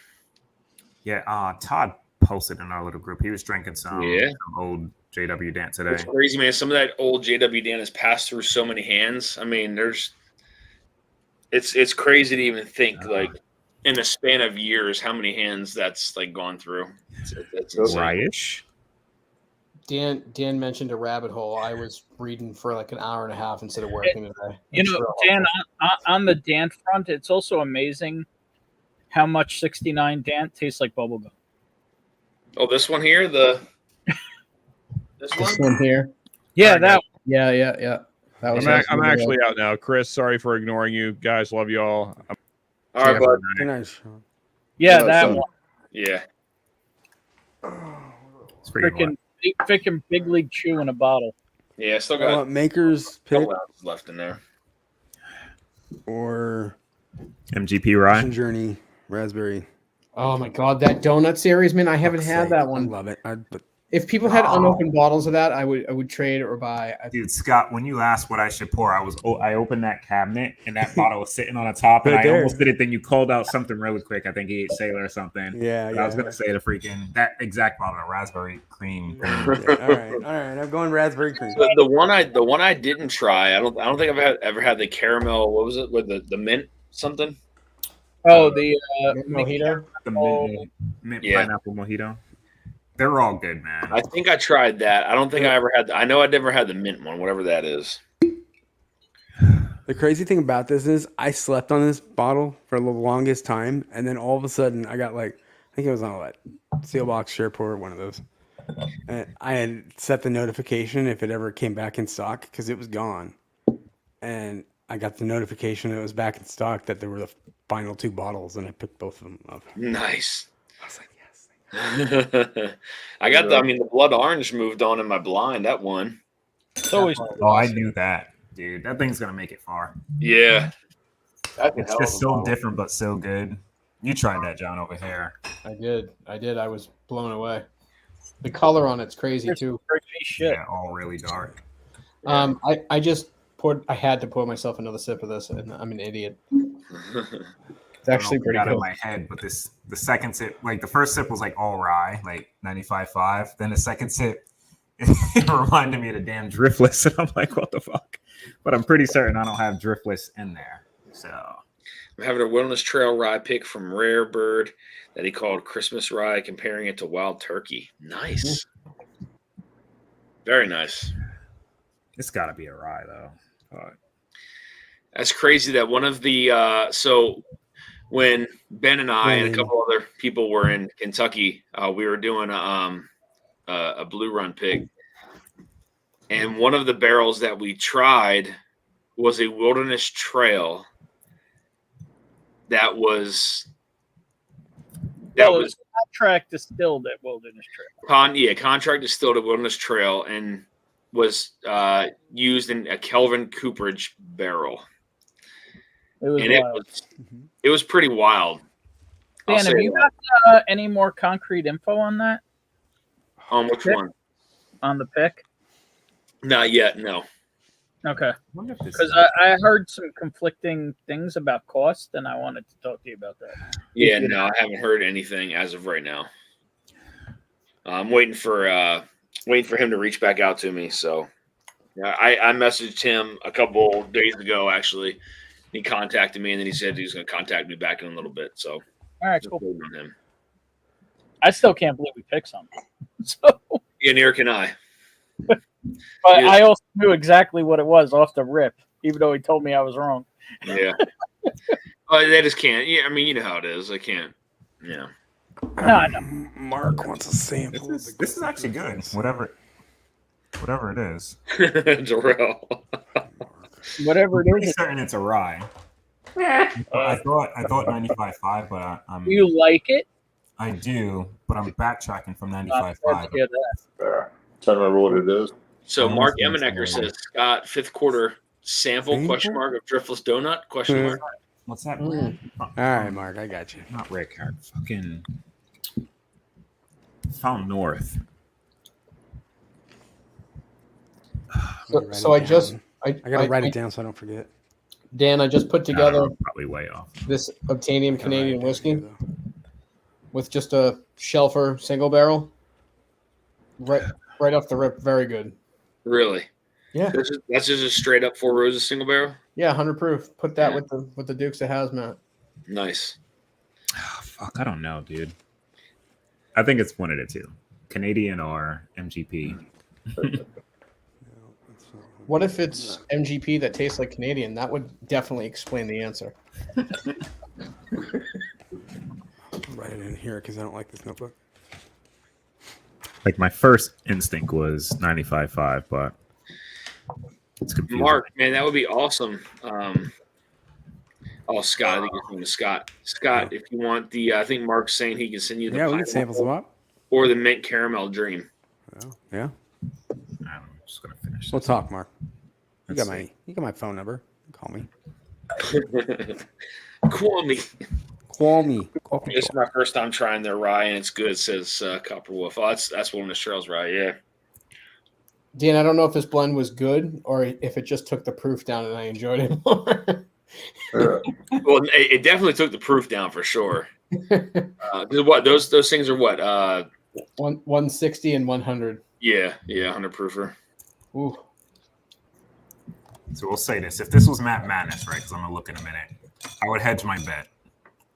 I would go Distillery MGP. Freaking, my bottle guess will probably be Found North. 120 proof rye. Am I close? I haven't looked at. Did I get? Is it a rye? You're close on a couple things. Yeah. Wait, Mark Havenecker, raspberry donut. I'm close in a couple. I'm terrible if I'm like on stream fuck and I me. don't write shit down. I agree, Scott, completely. Like that. I'm like, Like I said, told when I me to write send me stuff down, something. I got to go back and decipher it the next day. Like, Right. what the fuck did I write? Yeah, when you're like 20 samples deep, it looks like chicken scratch. Yeah, for sure. For sure. All right, Darrell. Tastes good. Mark, have you tried any of the K-Lukes? I'll send you a K-Luke if you haven't. 5, probably 6. What are you thinking, Darrell? No, I enjoyed it. I don't know if anything that I had influenced it, but I remember having stuff at Castle and Key, and it wasn't great. But this is a single barrel. What is there? This is it sourced? I know it's like Who, Castle and Keys? I Marion think the rye is sourced. Is it MGP? That's Marion Eves distilled. Yeah. What is it? You said Ben? Marion Eves was there. That's her stuff. Marion Eves? I don't even know who that is. So I I said Marion 120 proof, 119.2. Castle and Key, she was at It's a Hidden rye. Bone. Definitely was in Right? Indiana That's right. or Canada. Like it came across like 95.5 at first, then it didn't. Like it got a little different. But this I was do believe it is 95.5, but it's Is it still the just not Indiana? This is interesting. Actually, I'm gonna pour a little bit more, man. That's why I love blinds, dude. Like, right? Because this sample probably would have sat there, right? Looking at Castle and Key, I remember the experiences me, Jeff, and Kelsey had when we were there. Like, it wasn't great, but this was actually pretty good, man. Yeah. Yeah. It's a single barrel. I don't know who it's from though. It's not Jeff's writing because it's too neat. Hey, Mark. You're really getting into it now. It's probably Kelsey. Copper Wolf says that pineapple mint mojito was good. Wish I grabbed the others as well. The way everybody talks about them. Okay, grab every driftless that they come up with. Pick wise. Let's say I'll Hey, be Mark, happy. touch my package gently, please. Oh, should I pour it into this damn glass? Shit. Okay. Oops. Packing That up, was surprising, though, guys. I'll tell you that. Yeah, so I think it looks like Mark Emenecker is going to be heading to Illinois to help with the Barrels for Hope makers I've bottles. seen that. Yeah, you guys had a bunch He's of not stuff that you had far to from get that out. one. He's like half Yeah. hour, 45 minutes. I can't wait to get one of those in hand. The makers, right? Yeah. Did you still want an extra one, Dan? or did you get that thing? Yeah, Narav reached out to me and was like, "Hey, I'll ship you another one with the one that you get." I was So, going to say you could get mine otherwise. hopefully he does, but I mean, I mean, just looking at some of the chat, it seems like they've turned out really well. I hope it did. Yeah, I'm sure it is. I have so much makers at this point. So Yeah. many picks. I've done 2 picks. Like, I don't even want my own picks at this point. The really cool thing was about that is when talking with Woody, he has obviously a database of like how many times that was actually picked, and so that was only picked 3 other times, or it was a 2 or 3. It was picked either we were the 3rd or we were the 4th group to ever pick that actual same one. So still, how many picks were done? It's a lot. Oh, with them in general? Yeah, I know they have that whole Yeah. when you do your pick there that has like every pick they've done. I'm just curious if they gave a number of how many. No, but I mean they also claim that they have everyone there. Well, yeah, I mean, when you go in there, there's walls. Yeah, it's like a I library. know. That's still not. If you just think about the number of makers picks you've seen yourself. Yeah. You're right. There's a shit ton of them out there. Yep. Vic says, Dan, what's up with all the other picks from Barrels for Hope? So the makers is in. The Hard Truth should be rolling in shortly behind that. So Hard Truth should be rolling in first or That hat second. you put on? Go get the cowboy hat. That's not the hat, Scott. So what was it? What was I just saying? Talking about the upcoming picks. Makers, Hard Truth. Yeah, the Hard Truth I think is going to be rolling out either the 1st or 2nd week of October, followed by the Still Austin, which will be, from what I understand, mid to late November. And then the 4-gate, I believe, is going to be in December, if I'm not mistaken. Did you guys go out to Austin for? No, they sent samples for that. I was not on that pick. I think Scott was on that pick. It was good. Yeah. Oh, okay. Nice. Medium ugly. What's going on, man? Cheers, buddy. Good to see you. I didn't know you guys had one of those picks. Mark Emenecker says, I saw it on the shelves in A1, was surprised because it hadn't shipped yet. Yeah, I'm actually surprised too, because I know Lance is getting some people together to try to bottle them all up over there. So, Wait, did he say they're on the shelf? Like people could? yeah, all the extras from the pick. Narav is selling through his store. Yeah, because you guys don't have like 150 or whatever. Yeah, because I mean, we put out a poll for people who wanted to buy more than one. I never saw that poll. Yeah, it's out there. It's on the Patreon page. If anybody wanted more than one, look, I don't want one, but yeah, it was there. Just, I mean, again, just because I probably have 15, 20 bottles of makers, and none of them are 12 years old. So I mean, I have a whole fucking. Oh shit! Sorry. Darrell, did you figure out what it is that you're drinking? Oh yeah, I pulled it out, and that's what got me. I was like, oh, I poured a little bit more because this probably would have stayed sitting there. If about Patreon and why I don't want to use Patreon myself is the whole notification system and everything is just terrible. Yeah, there could definitely be some improvements on there for sure. What's funny is if you do have But a I got Patreon, a notification for the year-end event. Yeah.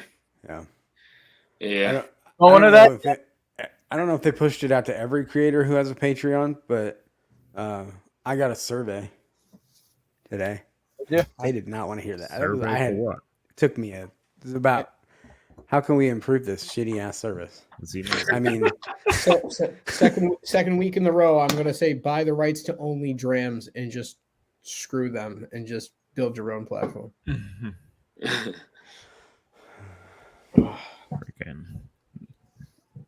But it's good, Dan.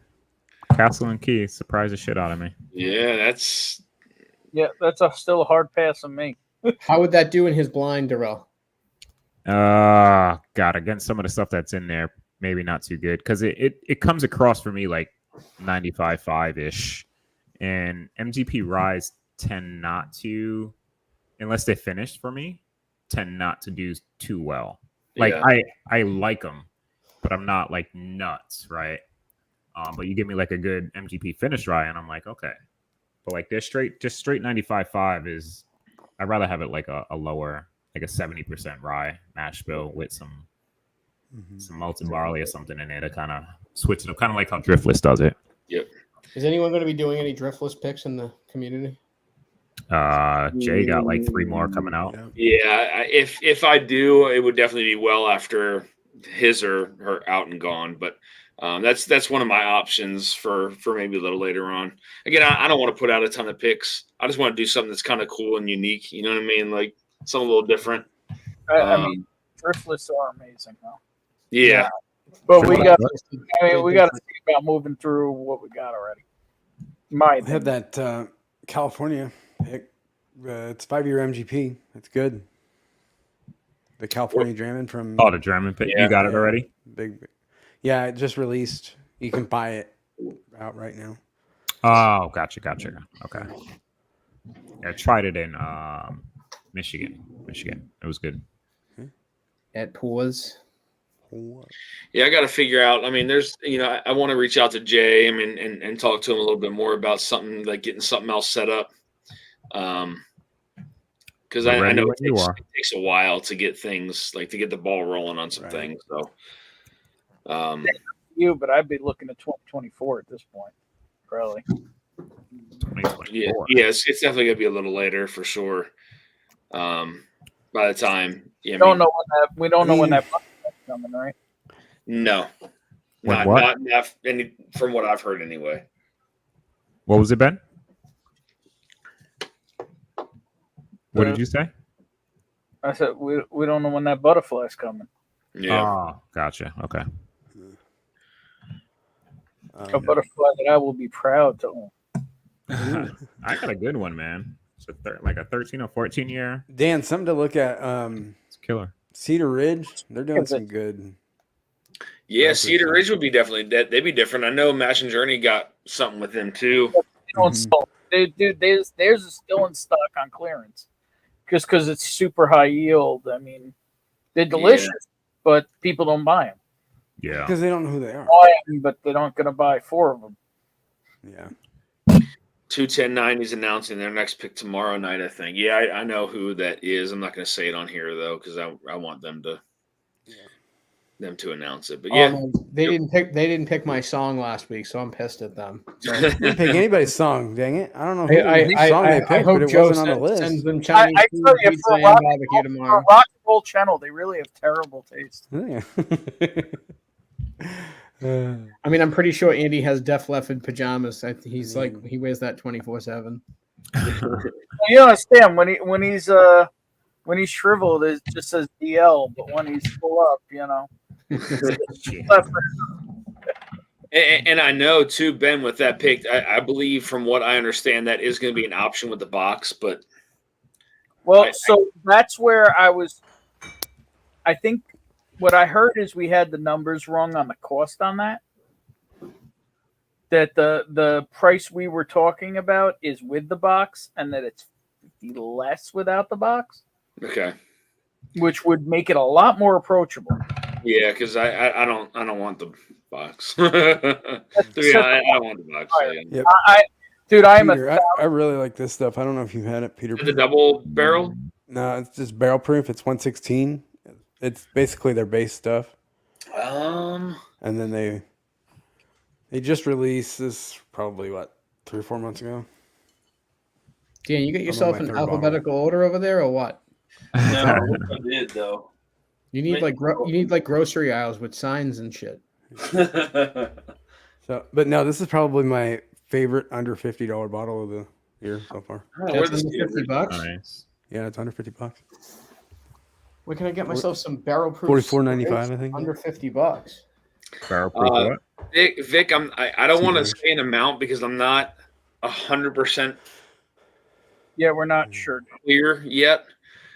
But what I can tell you is it came in at 130.3 proof. Oh, damn. and it's fucking fire. And yeah, And you want to say who it was through, Ben, without No. saying who it was through? No. Well, I've said, I mean, if you want me to, I will. I can euphemism it. Yeah. It was it was distilled by a It rhymes with schmishmortion. Sorry, that's all right. We'll let Jay do it. Go ahead. Oh, dude, I'm sorry. You know what it is? Oh, I don't know if you know what it was. What is it? It's it was distilled at a place that you might find in the clouds. Oh, God damn it. Just give like the rhyme and name of it. That's not the name. So But it was distilled for some place that really likes ham. ham? I know. I got it. You see what I did there, Dan? Yeah. Yes. That's I don't know. I don't I know. made it a little more difficult than Just make it easy, damn it. so here was our options that night. So we had there was a 9-year beam. There was a Heaven Hill that was distilled for Willet. There was a 8-year turkey. yes. 8-year turkey. There was another beam. There was a Wilderness Trail that was finished with Kelvin Cooperage. Mm-hmm. And then there was the the Sazerac. Yeah, the Azarac. Yeah, 8-year Sazerac. That's all right. And I swear we tried one more. I thought we tried 8, but no, I think we did 6 or 7. it was we definitely did 6. Maybe it was 7 then, because the 7 was the Wilderness Trail that we tried then. That was weird. It was Yeah. good. But it did. Nothing could hang with the one we picked. No. So it was Heaven Hill? It was up in the clouds, dude. Duh. up the cloud Part. for a place that really likes ham. Yeah. Ham? Ham. Age? Depends on when it gets bottled. That's the thing. I want to say it's going to be closer. It's gonna be close to 7, Yeah. but we don't know if it'll be over. Yeah. Specifically smoked ham? I'm Yes. guessing? Okay. But yeah, 130.3 proof. Ham that's hanging to dry. Yeah. Nice. Yep. So, Mash bills and If, stuff like that. if you're not into that sort of thing, that's okay. no, we didn't get any kind of mash bills, but No, we did get the mash bill. well, on that one we did. Yeah. I don't remember for all of them, but on that one we did. We did. We did, but that's the only one we cared about. And that's the other thing. It is not a standard mash bill at all. Oh yeah, that's right. There is something funky about that one. Yeah. You got to keep something in the pocket, Dan. Yeah. Yeah. Yeah, So tell what us, man. I don't he know what it tastes like. so what he brought out was some really wild stuff. We didn't have any Rutledge at all. There was nothing Rutledge. He literally told us they have like the professionals, the athletes, other stuff. Then they have, the influencers and stuff, and then they have the friends and family. Yeah. Yeah, I mean, when I talked to Mike Montgomery, he said that he was going to bring some hitters there, and he didn't lie. So No, they knew they knew our palates, and they knew they weren't playing games. yeah, so it was Heaven Hill distilled for Willet. Heaven Hill distilled for Willet. Yeah, Contract distilled for Willet. Got it. That's unusual. For experimental mash bill.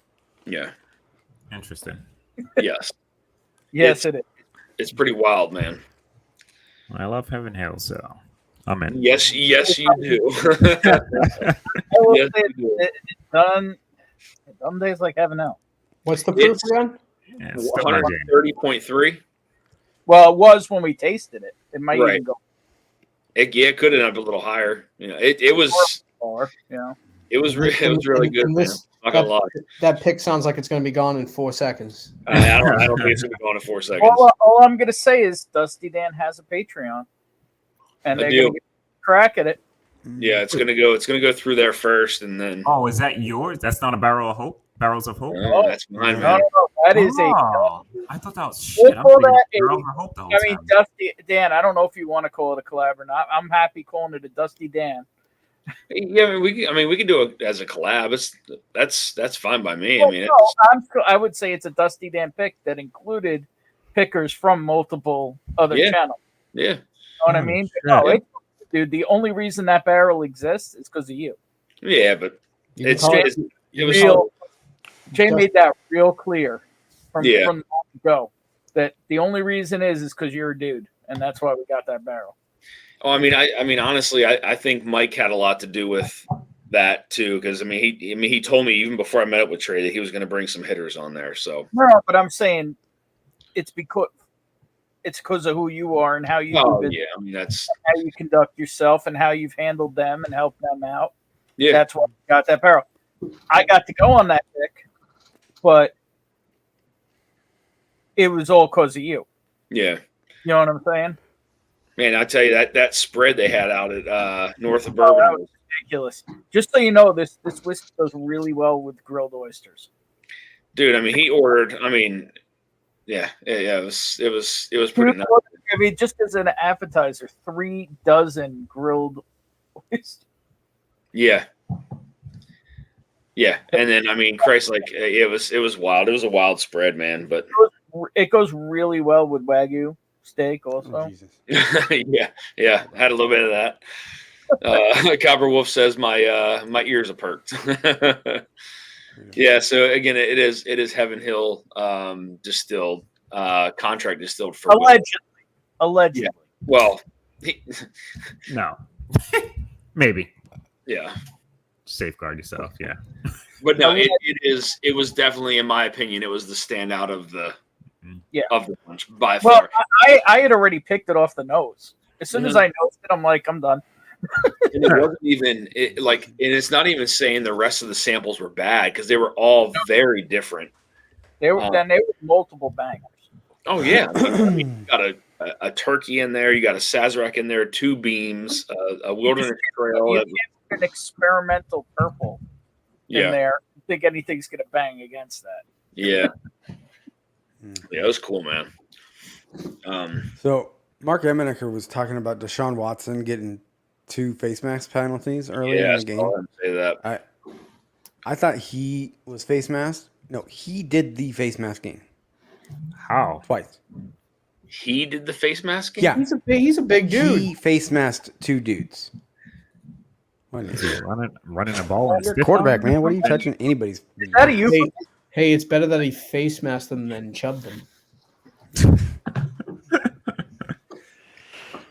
Poor Chubb. I don't know how that happens, but as a quarterback, Yeah. Well, guys, I got to get ready to roll, man. I gotta be somewhere early in the morning. I gotta get up at 5:30. So. Oh, gross, dude. that was Yeah. Well, have a good day. Thanks for hosting. Oh hell yeah, man! Again, guys, next Monday we'll go into round 4, and it's going to be an interesting one for sure. Got Seagrass rolling in the. Vic, hop on the back. You want to do a recap for the shutdown? I mean, yeah, I'll hang out for a little bit, but I'm gonna. Recap of what won and what didn't for the end of the stream. For anybody who missed it. So anybody who missed it, so tonight we had the Stellum Rye that was in there. It's the Black Label Rye. We had the 4-Gate Ruby Rye Springs that advanced to the next round. You dang right I did. The Hughes Bella Bedford. This is the toasted one that was in collaboration with Kelvin Cooperage. The toasted rye that did not make it. The cognac finish, distillery exclusive, distillery only. This did make it, surprisingly. Wow. I can't believe that. It made it over top of one of my top 10 whiskeys last year, the Sagamore Port Finished Rye. Wow. Yeah. I'm going to put this out here. I'm kind of over port finish whiskey. That Over pork what? finish is so good though, It can't all and be right, Ben. I'm pretty shocked that Way it over. didn't make it. But so the cognac finish and the Ruby Rye Springs move on next week. Next week is another interesting week. So we have. So now we move over to the makers bracket. We have the Peerless Single Barrel, which is the Rye Tie, very rum finish like. The Sagamigos pick from Sagamore. Sure. Seagrass, the Old Carter Rye Batch 10, and the Old Bones that's sitting behind me here. So those are all the ones that are in the running for next. That is a wild banger. That's going to be eclectic as hell. Yeah, I agree. Yeah, it is very, You're Don't gonna, get- Frankenblend it's vibe. So blind different. very up and down for sure. So, But how do you blind seagrass? Like seagrass is like yeah, I mean that's again out of 63 barrel proof ryes, I basically picked 30. I so like there, seagrass, but I'm saying Yeah. when you say seagrass, there's no question. Hey, I'm drinking seagrass. but there's a lot of stuff in here that could throw it off though. Like that Peerless Single Barrel could throw it off with that rum, like got that rummy finish. The Sagamigos with, I mean that was a pretty good pick. I think it'll stand out. No. There's all stand up bourbon in there, but that one's definitely I think it'll be like, hi, I'm here. Yeah, Seagrass should definitely stand out from the pack for sure. It interests me when I'm drinking Seagrass. I'm only drinking Seagrass, but to put it in a blind just to see what other notes you get. Yeah, We'll find next yeah, week. it's going to be interesting. So I'm definitely looking forward to it. Peter B says, "Wow, 5:30 Dan. See you next week. No worries, man. Cheers, buddy. Good to see you." Seagrass 16 years, an interesting pour. That it is. I'll go. So Vic's going to go live in a few. See, really? Thumbs up. Yeah, guys. Cheers. Thanks for hanging out tonight, guys, on the live. I'm gonna disconnect for now. Do have to get up early, but I will see you guys on the next one. Cheers, y'all. Cheers. See you next time. Cheers, people. Turn my fan.